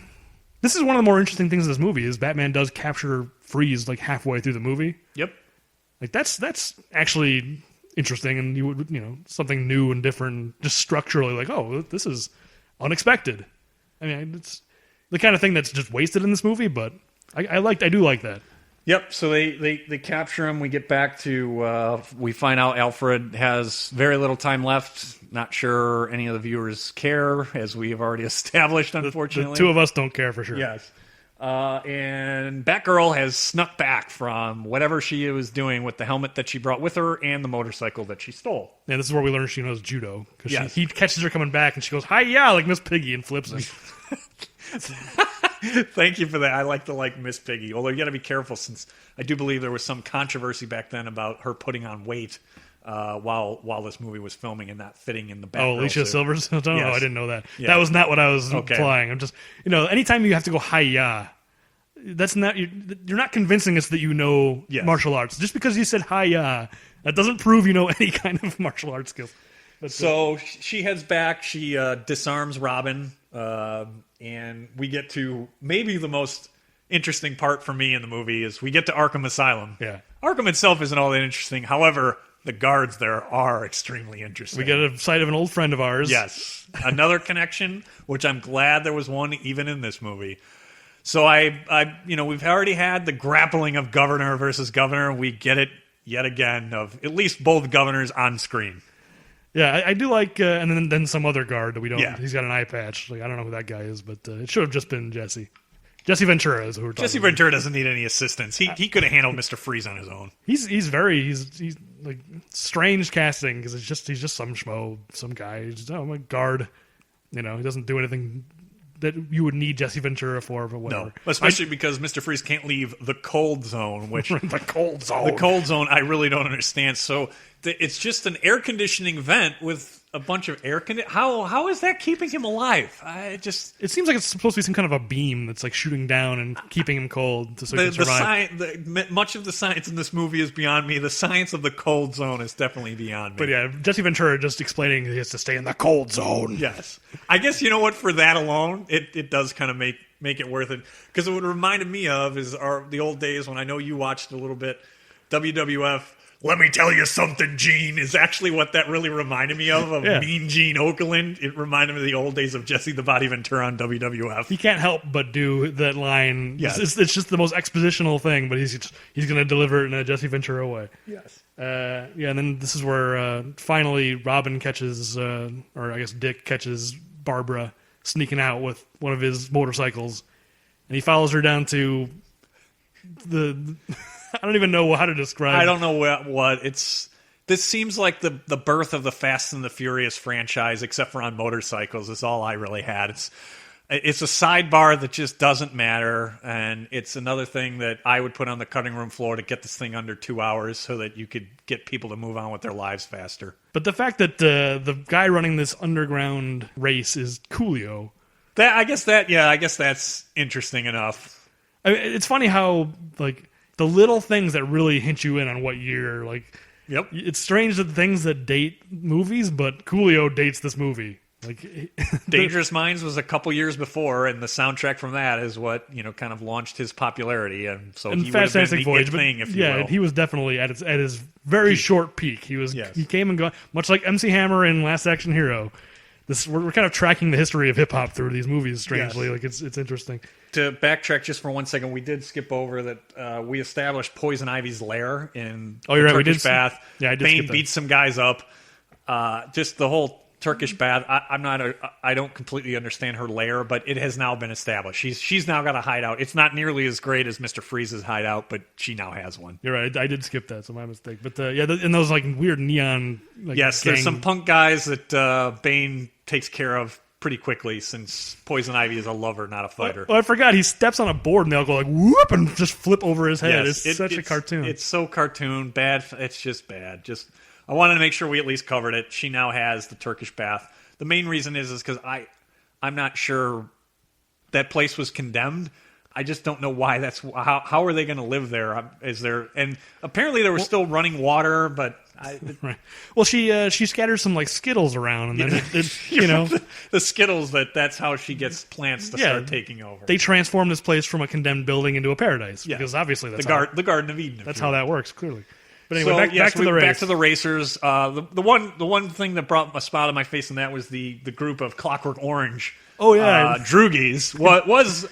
I'm not sure how that really fits into this movie, but I liked it. So Joel Schumacher, thank you for that. I like the idea of it, but they don't look at all like. I actually went back and found a picture, just like something looks off about their costumes, and like the cod pieces are all the wrong color and stuff. They don't look like a gang that is emulating that movie. They just look like a bunch of like cosplayers at Comic-Con. I'm just like that's great.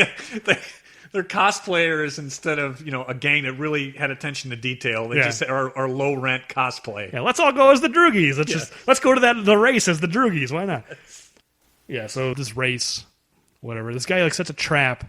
I don't understand the trap because they like swoop down and throw a bunch of Molotov cocktails, and then they go like and they slide, and then the bridge is out. So did they do that also, or is this bridge just out? And if so, all those racers are heading towards the bridge anyway. Yes. So I don't. So why waste the Molotov cocktails? I just don't understand what's even happening. That's just the curse of this movie is I'm trying so hard to meet this movie halfway. It's like, okay, I'm going to try and figure out some kind of justification. There's none. Clearly Coolio was just trying to send all those people to their death. Yes. Every one of those racers are just going to fly off that cliff. He's just going to keep the money. So I assume they put up all the money and that's his scam. So yeah, this guy's gang actually saved everyone's life, including, Robin and Batgirl. Just like everyone stopped because there was a fire and like, hey, thank you. We didn't drive off the bridge thanks to you. Now we can track down Coolio and get our entry fee back. Yeah, we never see Coolio again, so we'll just assume that they really they went after him. And they go back to the mansion and she explains that her parents died and this is why she wants to drive fast. Yeah, and she doesn't like butler work and thinks it's demeaning. Yeah, that's something that I think could have been... That's a point of view that no Batman movie has had before and could have been interesting, but then they don't do anything with it. They don't, but in this particular instance, I think it would be a little bit different, too, that it's not like Alfred has served just as Bruce's servant all these years. He's served as his... Bruce has been a son to him, basically. Right. So it's a little bit different dynamic than if he truly was just the help, like when Bruce's parents were alive. And that's kind of the point Robin is making, but the movie doesn't really sell us on that. She's just talking about his like dismal life of servitude. And again, since Alfred has not been a really central character in this up until this movie, like the only reason why we know that is because of those weird flashbacks you were talking about. But if you look at all four of these movies, you don't necessarily know that Alfred raised him. No, I don't think any of the movies make that clear. No. Clearly, they reestablish and do it in the Nolan films, but no, right? Not. Yeah, it's hard to look at this movie and not because we have all this knowledge or this point of view from those movies. Yeah, but regardless. So now we head back to Arkham, and Mr. Freeze can make a music box out of a clock, which I find interesting. I will buy that 100%, except where's the music coming from? I don't understand any of it. The rest of it I will buy. I will 100% buy it, but not with music. He's got a clock, and the clock is geared. But again, this movie, it defies scrutiny. And then Poison Ivy shows up. She kills Jesse Ventura and not Jesse Ventura. Yes, so 5 and 6. Jesse, we hardly knew you. One thing I did note here from this escape scene is there's a sign that is up that actually says it's a criminal locker. Where the stuff is stored, and they have like the Riddlers. Yeah, and Two-Face. Yeah, and although Two-Face shouldn't have been there because Two-Face was killed off in Batman Forever. I had that same thought. It's obviously just like a souvenir or something. But his suit is in there. Apparently, Arkham collects souvenirs as well as actual effects of those that are interned. Yeah, I didn't notice the sign though. That's pretty funny. Yes, but criminal locker. Thank you to establish that. Just because those the guards that work in Arkham Asylum need to be reminded what that is. So then what I find interesting is she's helping him escape with Bane. I do like when Bane shows up with his suit, his line, a laundry service that delivers. Wow. Yes, I didn't have that one. It is a good one. That's what I don't understand is why can't the guards get in? How is it locked from the inside? It's very how does basically a prison cell? Right. How can you not get in from the outside? Bane broke the lock. Who knows? The thing that's more nonsense to me is the fact that Bane can't smash through the wall, so he freezes the pipes. It's like burst pipes can be a big problem and cause a lot of damage. They're not going to do more damage than a super soldier. Like, he's got reinforced steel walls. A burst pipe's going to break. It's like a giant explosion, like a bomb hit the place. Yes. From a burst pipe. Always winterize your pipes. I'm glad for that line, though, because that's kind of fun. It's good advice, is really what it comes down to. This movie's doing a public service. Make sure you winterize your pipes. So you do. I don't know if you highlighted this pun, but you do. I don't know. You've got the poison ivy of great stems. And buds are nice too, which I wrote down. Both of those are counted in the puns. I thought you were going to point out that Poison Ivy's going to help Freeze grab his rocks. A lot of double entendres. Yes, in this sequence. But all three of those puns are on my list for sure. That's what I mean. There's so many. I mean, we haven't been doing them. But we'll go through them at the end. But man, we're just breezing past 1 million puns. Then I wrote down another goddamn Alfred heart to heart. They're the worst. There's like 4 of them. It's way too much. Oh, I have a note here. I forgot because I do also like when Mr. Freeze calls Bane meatloaf. Oh, I missed that one. I forget what I just wrote down. Freeze calls Bane meatloaf. It's something like, I hope meatloaf can swim when they jump into the river. Well, and before that, there's a line about a Poison Ivy action figure, which I just wrote down. I'm like, wow, they're just going over the top with this. They're just blatantly saying, yes, This is about selling you toys, and here is a line indicating this is about selling you toys. Well, that line is later when they go to Freeze's, but yeah, you're right. I definitely highlighted that line of just like, yeah, because she says, oh, I'm a lover, not a fighter. That's why every Poison Ivy action figure comes with him, and she points at Bane, and Bane attacks. I looked it up. Every Poison Ivy figure did not come with Bane. They couldn't even get that right. I'll bet there was some kid who saw that movie and went and was actually disappointed. Probably not actually, because any kid who wants these toys gets what he deserves. Yes. But yeah, you're right, because this is where that is the next scene, because they escape from Arkham, and then there's another Alfred heart to heart, and then they all go to Freeze's hideout, which apparently they knew where it was the whole time. How do they now know? I mean, granted, it's a giant factory with like floodlights pointed up around. It's the least. It is not trying to not stick out. If you just use deduction, he needs to be really cold. Hey, how about this? How about this ice cream factory with giant spotlights that are going back and forth in front of it? But yeah, they're there and they find Mrs. Freeze. Freeze and Ivy show up. He wants his diamonds, etc., and also wants her to get his wife, which I don't know how he wants her to transport her. It's a giant tank. Yes, and strength. Well, I guess maybe if she's having Bane help, maybe Bane could carry it. Maybe. I'm not sure if it's clear if that thing is a top. You have to be careful, like not to spill. It. Like, it's just a funny image of just.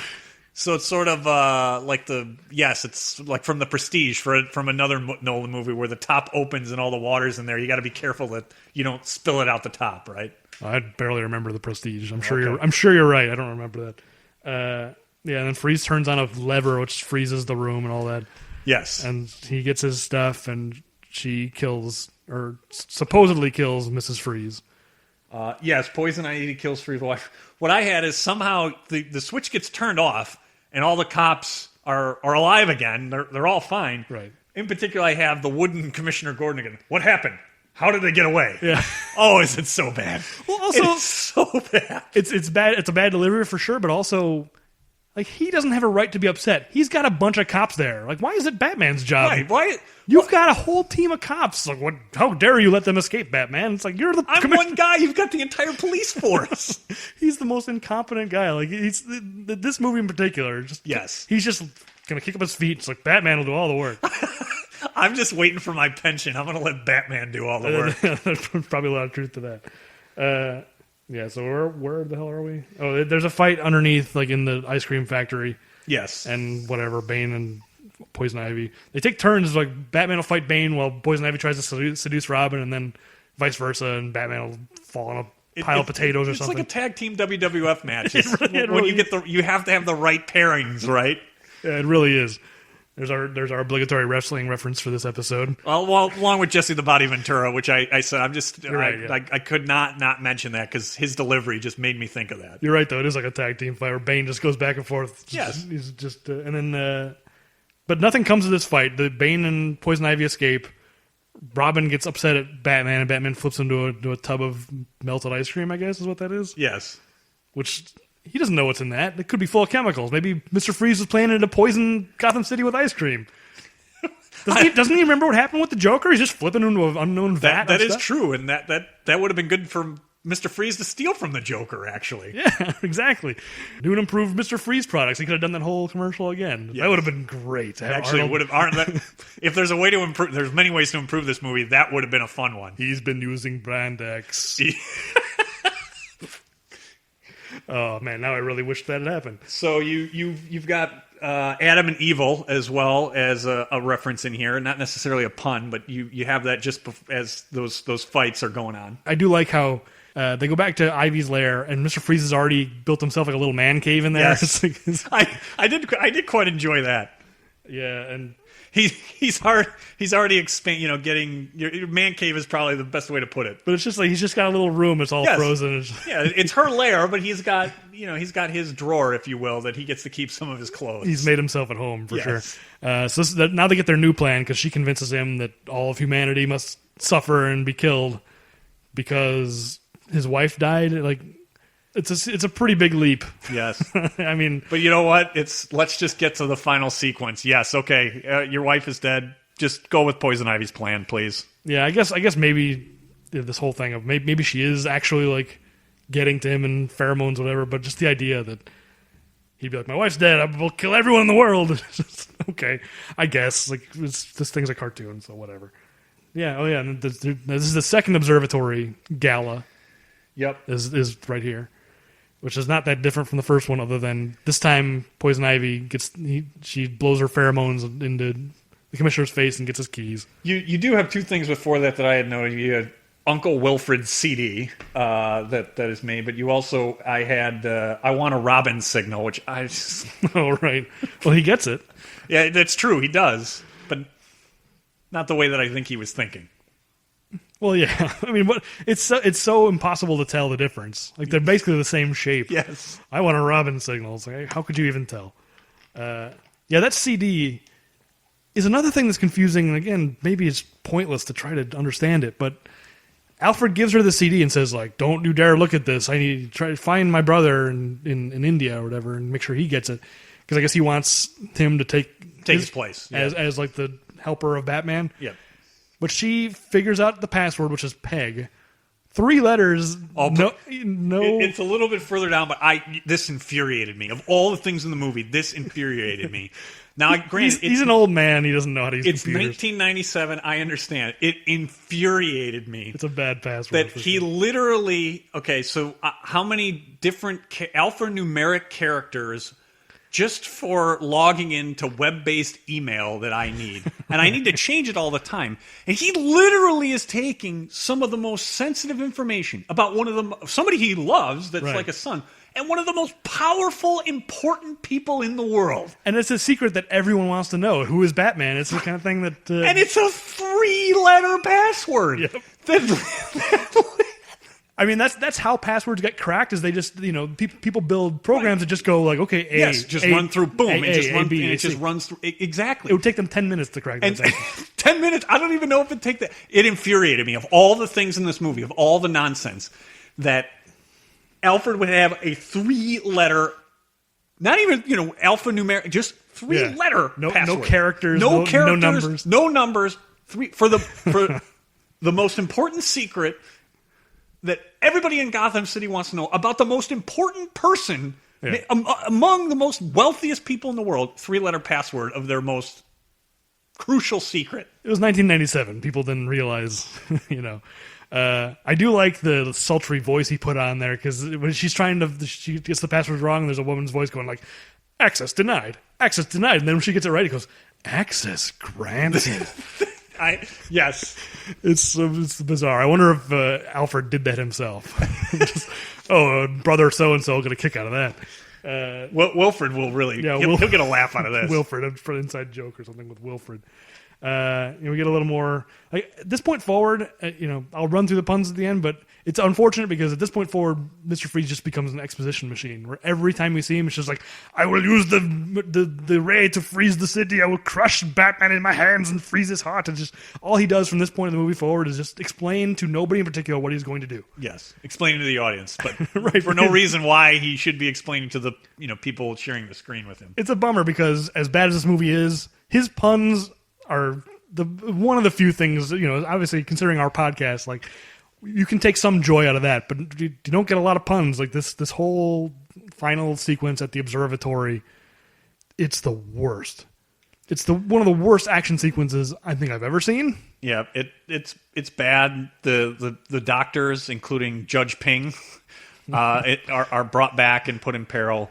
Well, sorry, I just realized we skipped the whole thing at Ivy's hideout, because that happens first, right? Where she goes and steals the bat signal, brings it to her hideout, changes it to a Robin signal, and then summons Robin. It's like, why are you luring them to your secret hideout? Whatever. And then there's a fight sequence there, and Batgirl fights Ivy, and that's not good either. But yeah, I had that. Somehow Bane lifts the back signal and rips it out, but it still stays lit, which I didn't understand. It's got a huge battery in there, apparently. Yeah, apparently so. And yes, she lures him in, but I think that's, she's kind of trying to gain his trust by, bringing him there and isolating him. Well, this is where we get the speech from Batman of just like, because he's like, it's the Robin signal. Ivy wants to see me, and she loves me, and he's like, you need to trust me, Robin. And so you think he's gone alone, but then you realize, Batman came with him. And he goes like, you're not the only one who can spring a trap. And then he gets caught in vines, and Robin gets caught in vines, and if not for Batgirl, they would have been... Batman is so arrogant, he's just like, I sprung a trap on you. And then, no, you didn't. You just walked into her trap the same as Robin. Right. Like, he literally just gets trapped. It's so ridiculous. We're supposed to be going like, yeah, Batman and Robin are doing it together. But they failed together. Yeah, and so then you get to this happens so often in movies, and it's kind of frustrating. And it certainly has, I think, changed a little bit, especially with Marvel and Black Widow. But they effectively have two female leads, and yes, we have to have them fighting one another, despite the fact you've established that Poison Ivy is a lover, not a fighter.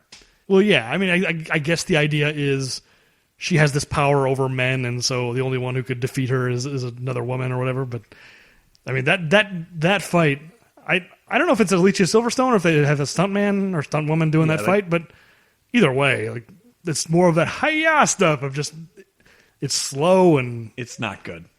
None of the action sequences, my memory of Batman Forever is that at least the action sequences were kind of exciting. Like, it's not exciting, it's not interesting. Every action sequence is just dead in the water. Anyway, so Yeah, she defeats Poison Ivy.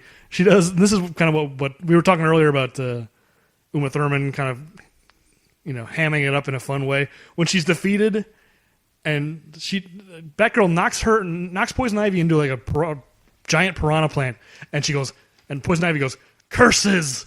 And that's her last line of the movie. She goes, "Curses!" And she's like devoured by a plant. Yes. Which again, why is she devoured by a plant? She controls plants. Yes, the plants. She's the mother of plants. Why would it devour her? But anyway, you had to wrap up Poison Ivy and Uma Thurman in some way, and that's how she goes. It's beyond stupid, but yeah. And then there's this whole sequence of the observatory. He's freezing the city. There's a fight. Like it's just. I've reached, and I feel like you're at the same point as I am, where I've just reached my tolerance of even being able to talk about this movie. Yep, it's whatever. Who cares? Batman wins the day at the end, and then Batgirl joins the team. Yeah, what doesn't as we safe. get a bunch of things that don't make sense. I've got that somehow the motorcycle works on ice without any problems. Oh yeah, that is the scene that we mentioned earlier. Like they're all driving their own separate vehicles. Yeah, they're all driving their own, and somehow that works on ice with no problem. In the end, Batman, Robin, and Batgirl save the day, defeat Mr. Freeze. But I guess because Arnold is a likable actor, Mr. Freeze, much like the Riddler, is captured, not killed, right? As Poison. Well, actually, I'm not even sure. Poison Ivy is also captured because we see her later. And that's the only other thing I really wanted to highlight. So somehow Batman unilaterally is judge, jury, and executioner. That he unilaterally determines that Mr. Victor Freeze will be allowed to continue his important research at Arkham Asylum. Really, Batman? I'm not sure you're authorized to do that. I know you're a vigilante, and you're really not authorized to do any of this. But I really think you're exceeding your authority. Yeah, I didn't think about that, but you're right. I mean, Batman, he can probably go to the Arkham administrators and put in a good word. Like he's probably got a lot of pull in those parts. A lot of the people who were in there. But so what it then sets up is how when he's in Arkham, you've got this where it looks like the kind of final comeuppance for Poison Ivy is that he's going to be her tormentor. Why is he allowed to have his freeze suit on? It would seem like he's a significant danger inside Arkham Asylum to everybody, not just Poison Ivy, if he has this, what we think is a bulletproof suit, since none of those bullets seem to do any damage to him. I mean, does that suit do anything other than keep him alive? Or does it have, because he always has that gun. Because I think maybe as long as he doesn't have the gun, he's not as much of a threat. He's not as much of a threat, but it still seems like that's probably not a good idea. It certainly is inconsistent. It's just what happened to the cold beam. Right. The cold zone. I mean, maybe Jesse the Body had to tell me about the cold zone. Yeah, maybe Jesse the Body was the only one who understood how the cold zone worked. Without him operating the cold zone, they just had to power it down. Yeah, our cold zone expert died when Poison Ivy came here. Now we can't use the cold zone. We gotta let him have the suit, otherwise he'll die. Yeah, and we learned that his wife isn't dead. What? That's not justified in any way. Nope. Freeze's wife, I mean. Yeah, it's just like we need to end on a happy ending on all, where it's almost like they should all be kind of in a scene from like an 80s TV show where all of a sudden they all start laughing at the end for no apparent reason. Right. Just everything's okay. Everything's okay. We wrapped it up until next week. I almost missed an instance of Arnold's face though. Arnold face where he's always grimacing. It's when he finds out, because Batman shows the clip of that he apparently recorded of Ivy going like, as I told Lady Freeze as I pulled her plug. This is a one-woman show. Yeah, which that, by the way, it's impossible for him to have taken that video because he was tied up in vines. Right. Batgirl was fighting Poison Ivy, so maybe she might have been able to record it, but it would have certainly not been steady, right? She's fighting her while it's going on, and Robin was off camera.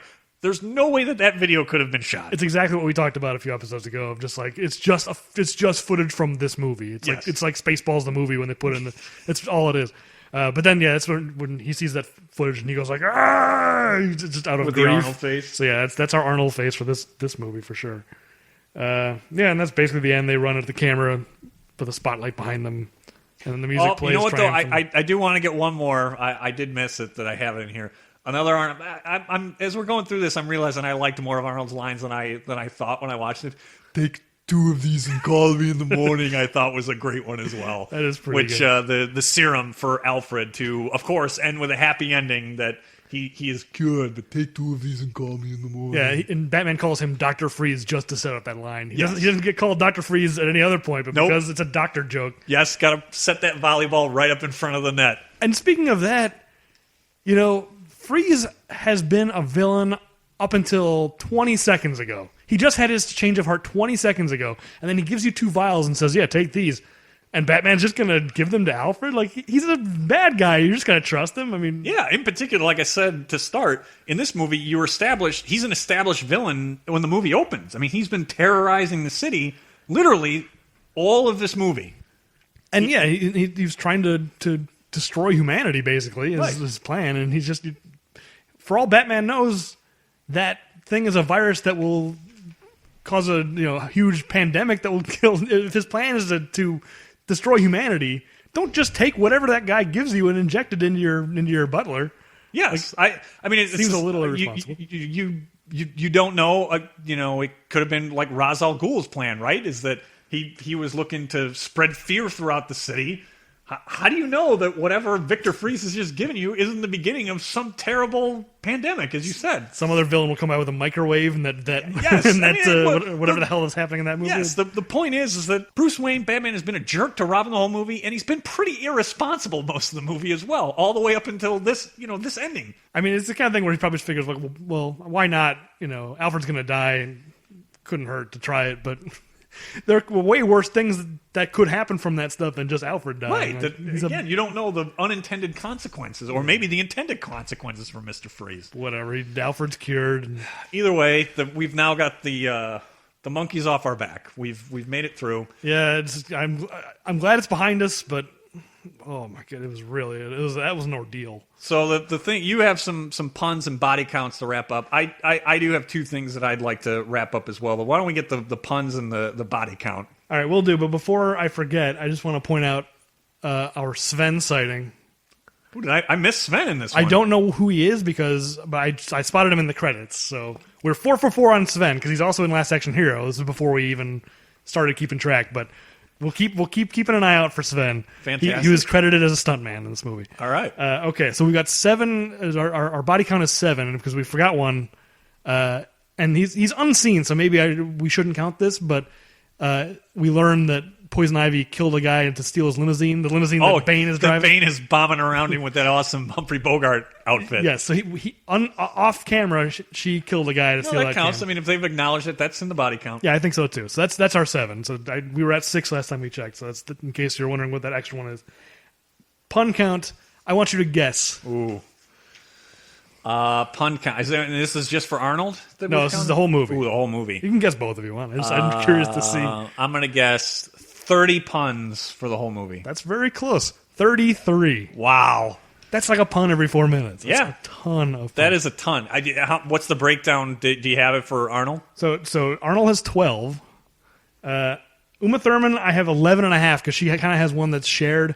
There's no point in going through all these one by one, right? Let's just skip it. Uma Thurman has 11.5 because the one that she shares with Robin, where Robin says, I need to know... Well, first of all, he says, I need to know you've turned over a new leaf, which is a separate pun. And then he says, just give me a sign. And she goes, how about slippery when wet? Ouch. I forgot about that one. Actually, which is pretty racy. Yeah. This movie is full of that. But they kind of share... He sets her up, so I split it. She's got 11. That's probably fair. Then I do remember, and I didn't put a note in it. Of all of them, the double entendre between Arnold and Uma... He's kind of pushing it. That's about as far for whatever. I don't know if this was PG-13. Yeah, it's PG-13. PG-13 in 1997. That was pushing it. That's borderline. Yeah, that's a really racy joke. Yeah. But yeah, since he sets her up, she's at 11. She almost beat out Arnold, which is also surprising. She's got 11.5 puns, and then Chris O'Donnell's next 4.5, and then Clooney's got 3. One by Misbehavin'. I forget what that is. She's Misbehave. I could find that. And then one by the guy who's not Jesse Ventura. The other guard. The guy with the eye patch. So 33 total. Wow. That's so many. I mean, there's no question. I can't imagine any other movie topping this. Like we've got our champion for this podcast as far as puns is concerned. I think both of us would be shocked if there's any other one that even comes close. I can't. It's not even possible. I mean, if you think about The Running Man being a very pun heavy movie, and that had 7. Yeah. And this had 33 puns. But okay, so here's my question. I kind of want a prediction. I almost feel like because we both enjoy a gamble here and there. Absolutely. I want to know which side you'd fall on this. Do you think we will, after this, if there will be any other movies that we cover on this podcast where there will be more puns than deaths? More puns than deaths. Because if there's 33 puns, there's this body count of 7. So this is, I think, one of the few. But will this ever happen again? Will we cover another movie on this Arnold Schwarzenegger podcast where there will be more puns than there are dead bodies? I don't think so. The one that I can think of that has and I think will have a lot of puns, has an outrageous body count, and that's Commando. I think does have a lot of puns. Oh, there's no way there's as many the body puns. count, it's gonna take you a long time to accurately tally that body count. I think it's in the triple figures. So no, I don't think we're gonna have another one that has more puns than bodies. See, I would tend to go the other direction, where I wonder if maybe Kindergarten Cop or something we haven't. That we're not familiar with, that's one of his newer ones or whatever. I think we should make a friendly wager. That's probably fair. I'd be willing to do that. We won't know until this podcast is over, it'll be a while before we have a resolution. But I'd be willing to make a friendly wager. And we can set some kind of stakes off the air if need be or whatever. But just a gentleman's wager. Yeah, and we'll see who. Maybe we'll either set it off air or on the next episode. I'm willing to take the opposite side of that bet. I'm glad you came down on that side of things because I'm coming down on the side of it may happen again. We will see. You want some statistics as far as the total percentage ratio? Yes, that would be very interesting. Arnold had, by my count, and granted, I was really struggling through this, so I may have missed some. Take my numbers with a grain of salt, but by my count, Arnold had 91 total lines of dialogue, 12 puns. Wow. So that's 13%. 13% of his lines of dialogue were puns. But beyond that, 38 out of his 91 lines had some kind of cold or temperature related elements to it. And that's 42%. That is crazy. And consider all the time he spends going like setting up exposition and right. Also talking about his wife, which not all of those have cold stuff. It's a lot. In terms of dialogue that isn't literally him explaining the plot, it's almost all of what he has to say. Yeah, basically. That's just, it's not surprising, but it still is. It's almost impressive. I was going to say, in some ways, it's impressive to just boil it down and just get it down to let's be as campy and just as many puns as we can. I wish it was more fun because all his lines. It feels like it should be, doesn't it? Yeah, it's just really not. It's not. This movie is just unwatchable. Despite all the things that should make it fun for us in particular of all his puns. Like a movie with 33 puns, considering our podcast, we should be loving this. But yes. it's just a vacuum of entertainment, this movie. So it's funny that you say that this movie is bad and it should be fun. I think it was an epidemic of the year because one of the things I wanted to look up is, all right, let's see, because I mentioned the Razzies and it was nominated for a ton, and Alicia Silverstone was the only one to win one. Yeah. Here's the thing. 1997, when I pulled up what was major releases, because what I could find out on Wikipedia just had what were kind of the major studio releases for each week. Because there were certain movies I knew had opened, like Boogie Nights, but it wouldn't necessarily have been a wide-release movie that you're going to track the box office, which that's a 1997 movie, I'll go on record, that is among my favorites. So there certainly were some in 97. Yeah, that's a Miramax movie, right? That's an independent film. Yes. So that's what I'm saying. So we're talking about kind of major studio releases they have going back many years. So I pulled up 1997 to have... I'm thinking back, trying to think of what I would have seen in 97. I'm already thinking of some real clunkers, but go ahead. There are a lot. So I think it was... Maybe it was something in the air. Now, there are some movies, as I said, in 97 that I saw on the list, like Donnie Brasco, that are movies that I still like today. But man, oh man, in the month of June alone, that's when I first looked, I wanted to see in June, when Batman and Robin opened, what would have been its competition, kind of plus or minus, sort of like we had with Jurassic Park and its impact on Last Action Hero. Right. You've got two bad Nicolas Cage movies in the same month. You have Con Air and Face Off. Now, I'll tell you, I like Face Off of Nicolas Cage movies, but it's not a great action movie and not a great movie. And Con Air is just terrible.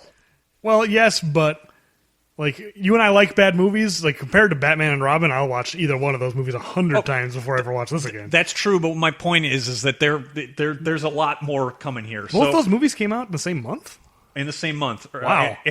And what's great is June 6th, Con Air. June 13th, Speed 2, Cruise Control. Oh, my goodness. June 20th, Batman and Robin. And then June 27th was Face Off. And ironic and interestingly enough, Walt Disney had a release, and it's one of its least successful movies. Hercules actually came out, and it is not one of its most successful animated films. I don't even remember that. Exactly. So the month of June was not a good month. So I decided, you know what? I want to look kind of around it. Expand your search. Exactly, expand the search. So I went a little bit before, because in July there were some okay movies, so I wanted to go back and see the earlier summer. April.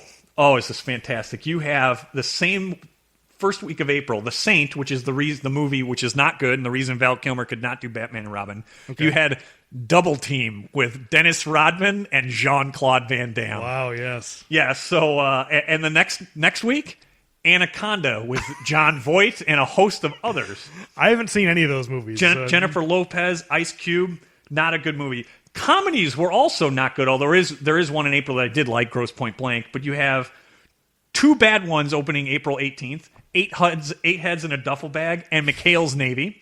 Wow. The same day in the action genre, you got another Wesley Snipes picture, Murder at 1600. Not a good one.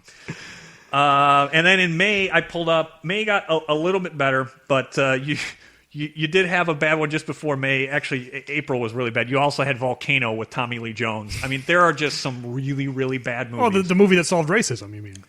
Yes. If you recall at the end of that movie. I will recall. And so, and there, don't get me wrong, there were some other, in the comedies, you had Austin Powers, which, at least the first one, I still think has some redemption. Yeah, that's a good movie. It just got, I think now we're past the point where Austin Powers is so, overplayed. Overplayed that it's actually, you can tolerate it again. Yeah, for sure. And actually that same Breakdown, which I think is a smaller kind of underrated movie with Kurt Russell and J.T. Walsh, came out in early May as well. So, I mean, the Lost World Jurassic Park came out as well, which was a terrible sequel. That was one of the movies that popped in my head of just what movies did I see in 97? And also, didn't the second Mortal Kombat movie come out that year? It may have, but it might not have been around when the target I was looking for was June and just around June. So yeah, I definitely seem to recall that coming out that year. And also, I have distinct memory of seeing Tomorrow Never Dies. Oh, yes. In 97. Well, which is not a great Bond movie. And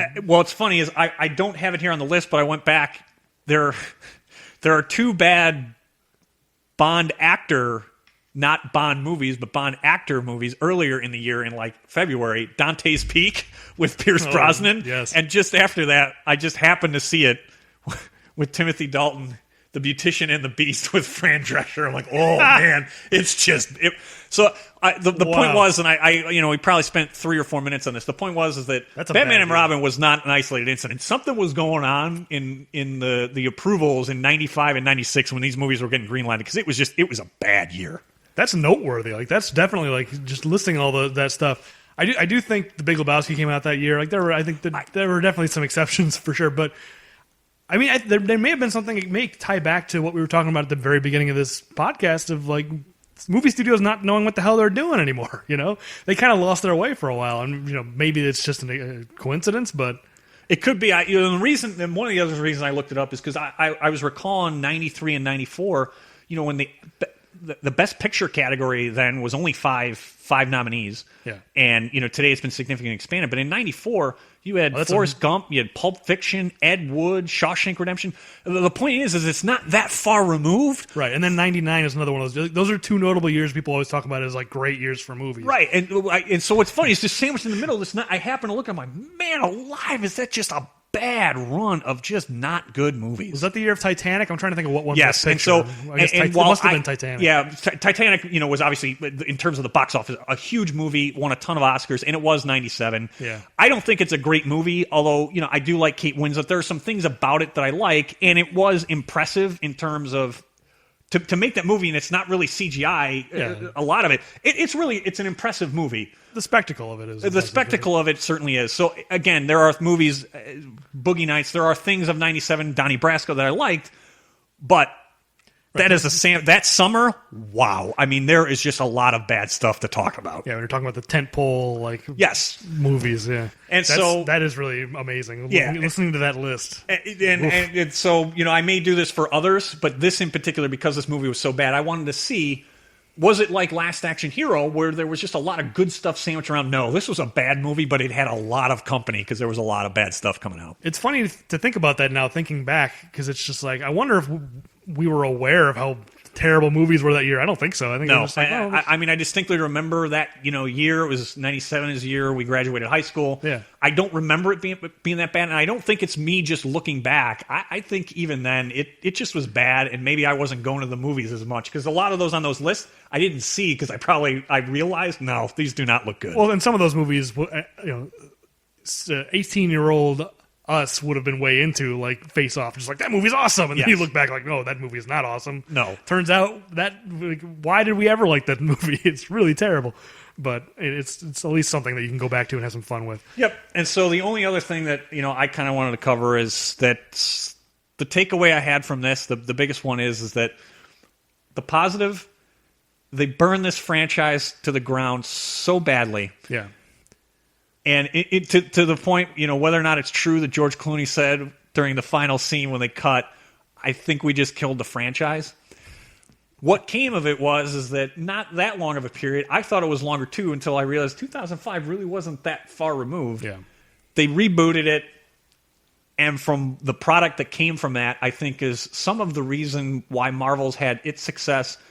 That the Nolan Batman, in particular, Batman Begins and The Dark Knight, I think really changed how Hollywood has been managing tentpole and franchises. And so maybe the silver lining is that this was so bad that Warner Brothers had to go back and say, you know what, wait a minute.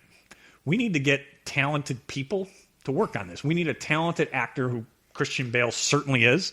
And we need to give that a talented director who had done Memento and a lot of movies that I really enjoyed. And some of the reason why I was so attracted and interested, I was really interested in Batman Begins because I was blown away by the casting because I thought Christian Bale was a fantastic choice to be able to do Bruce Wayne from American Psycho, which I really, really enjoy. Yeah. And I was a really big Nolan fan. And I know Nolan somewhat has now, over time, become a little bit almost too much, and the fans of him are almost too much. But my takeaway is that this was so bad, it gave us something fantastic. Because it's not just the Batman movies. I think it's Marvel and a lot of the other stuff that's been coming out since Batman Begins. Yeah, you had to chase out the old tenants so you could knock the building down and build the beautiful new skyscraper. Absolutely. Yeah. And when you think about it, it's been a decade. I mean, Batman Begins came out in 2005. It's been a decade that they have really managed tentpole superhero movie, and not just because they wound up rebooting, Casino Royale with Bond. It's probably my favorite Bond movie. I mean, it really changed a lot of what Hollywood has been doing with franchises that had either been dormant or had been ruined in the 2000s. Yeah, I think you're right. I think just treating them with care. You were talking about the casting for Batman Begins. Like, I agree, Christian Bale. I was a big fan of his as well because of American Psycho. But to me, it was Morgan Freeman and Michael Caine.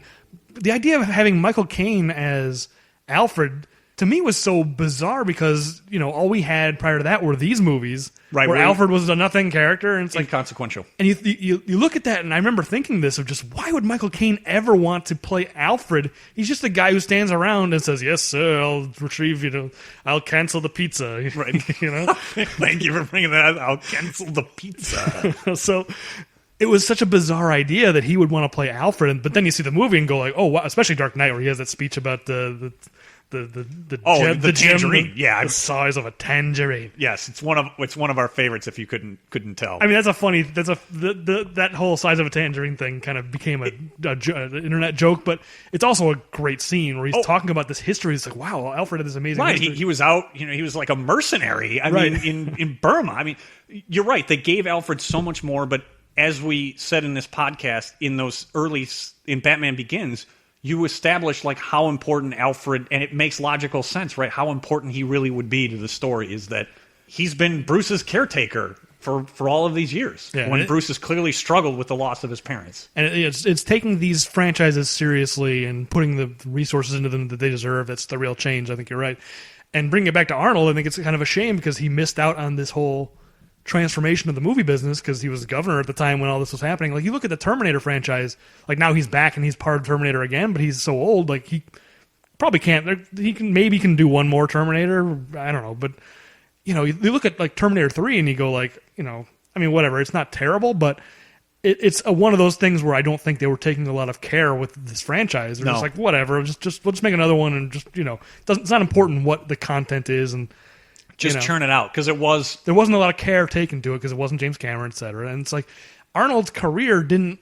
It's almost a shame that Arnold became such a big star when he did because these movies, you look at True Lies. If that was made, today or even in 2005, there was no question there would be more True Lies movies, and it would have become a big franchise, and he would have benefited from the care that probably would have been taken. Again, it probably wouldn't have been it would have been different because it wouldn't have been the gritty kind of Casino Royale reboot of Bond the way that they've gone in that direction. But yeah, they would have taken considerable care to do 2 or 3 of those really, really well. Yeah. And he did not have the benefit of that. Yeah, and that's what James Cameron is doing now with Avatar, just doing the same thing. Just like, we're going to make this, I mean, he's taking forever, but making it into a big franchise, like if only he had a chance to do that with the Terminator or with True Lies or whatever, and Arnold being along for the ride.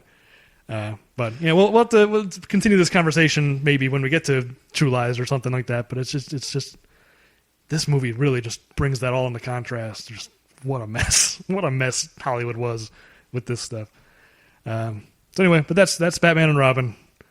We've done our due diligence. We said we would. We said we'd watch every one of these movies, and by God, we're going to do it. We took the tough medicine on this one. So that leads to the question of next movie. What's next? So it's not my turn, so this will be a surprise. We talked about our Netflix course on the air, right? That wasn't before the show? That's correct. Okay, so this is on Netflix now, and hopefully it will be on there for quite a while. I have already watched it. And the reason why I've already watched it, this is a movie that I had not seen before, and I imagine you've never seen. I watched it because I had to get away from Batman and Robin. I watched half of it, and I went like, I need to watch something different. I need to cleanse my palate. And I said, oh, this is on Netflix. 2014's Sabotage. Oh, it's from our post-governor category. The post-governor. I'm glad it's that category, and I have not seen Sabotage, so this will be. I'll probably need to watch it more than once. Well, let me ask you this: what do you know about Sabotage? That's the combination of him and, or is that no? That's Escape Plan. That's Escape Plan, where it's him and Stallone escaping. Stallone, yeah. That's not... Sabotage. I don't know if I remember this one. See, I didn't even know this movie existed until we started doing this podcast. I went to Wikipedia and said, okay, what are the movies we need to watch? Came out in 2014.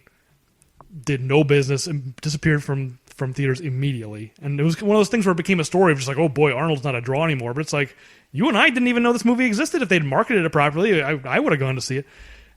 I'm not going to say anything about this movie. I'm very curious to see what you think. Okay. Because I've already seen it. I don't want to sabotage. You don't want to sabotage it, right? Exactly. No pun intended. So that's the show for this time. Tune in next time when we discuss Sabotage. The only thing I'd add is, so I've established what the fourth rule to a crisis situation is now that we have the final movie. To wrap up each podcast, I'm going to do my best to give you each of the rules of the crisis situation. So the fifth rule to a crisis situation is you need to burn things down to the ground so that you can start new again. I don't know if that's a good way to diffuse a crisis, but sure.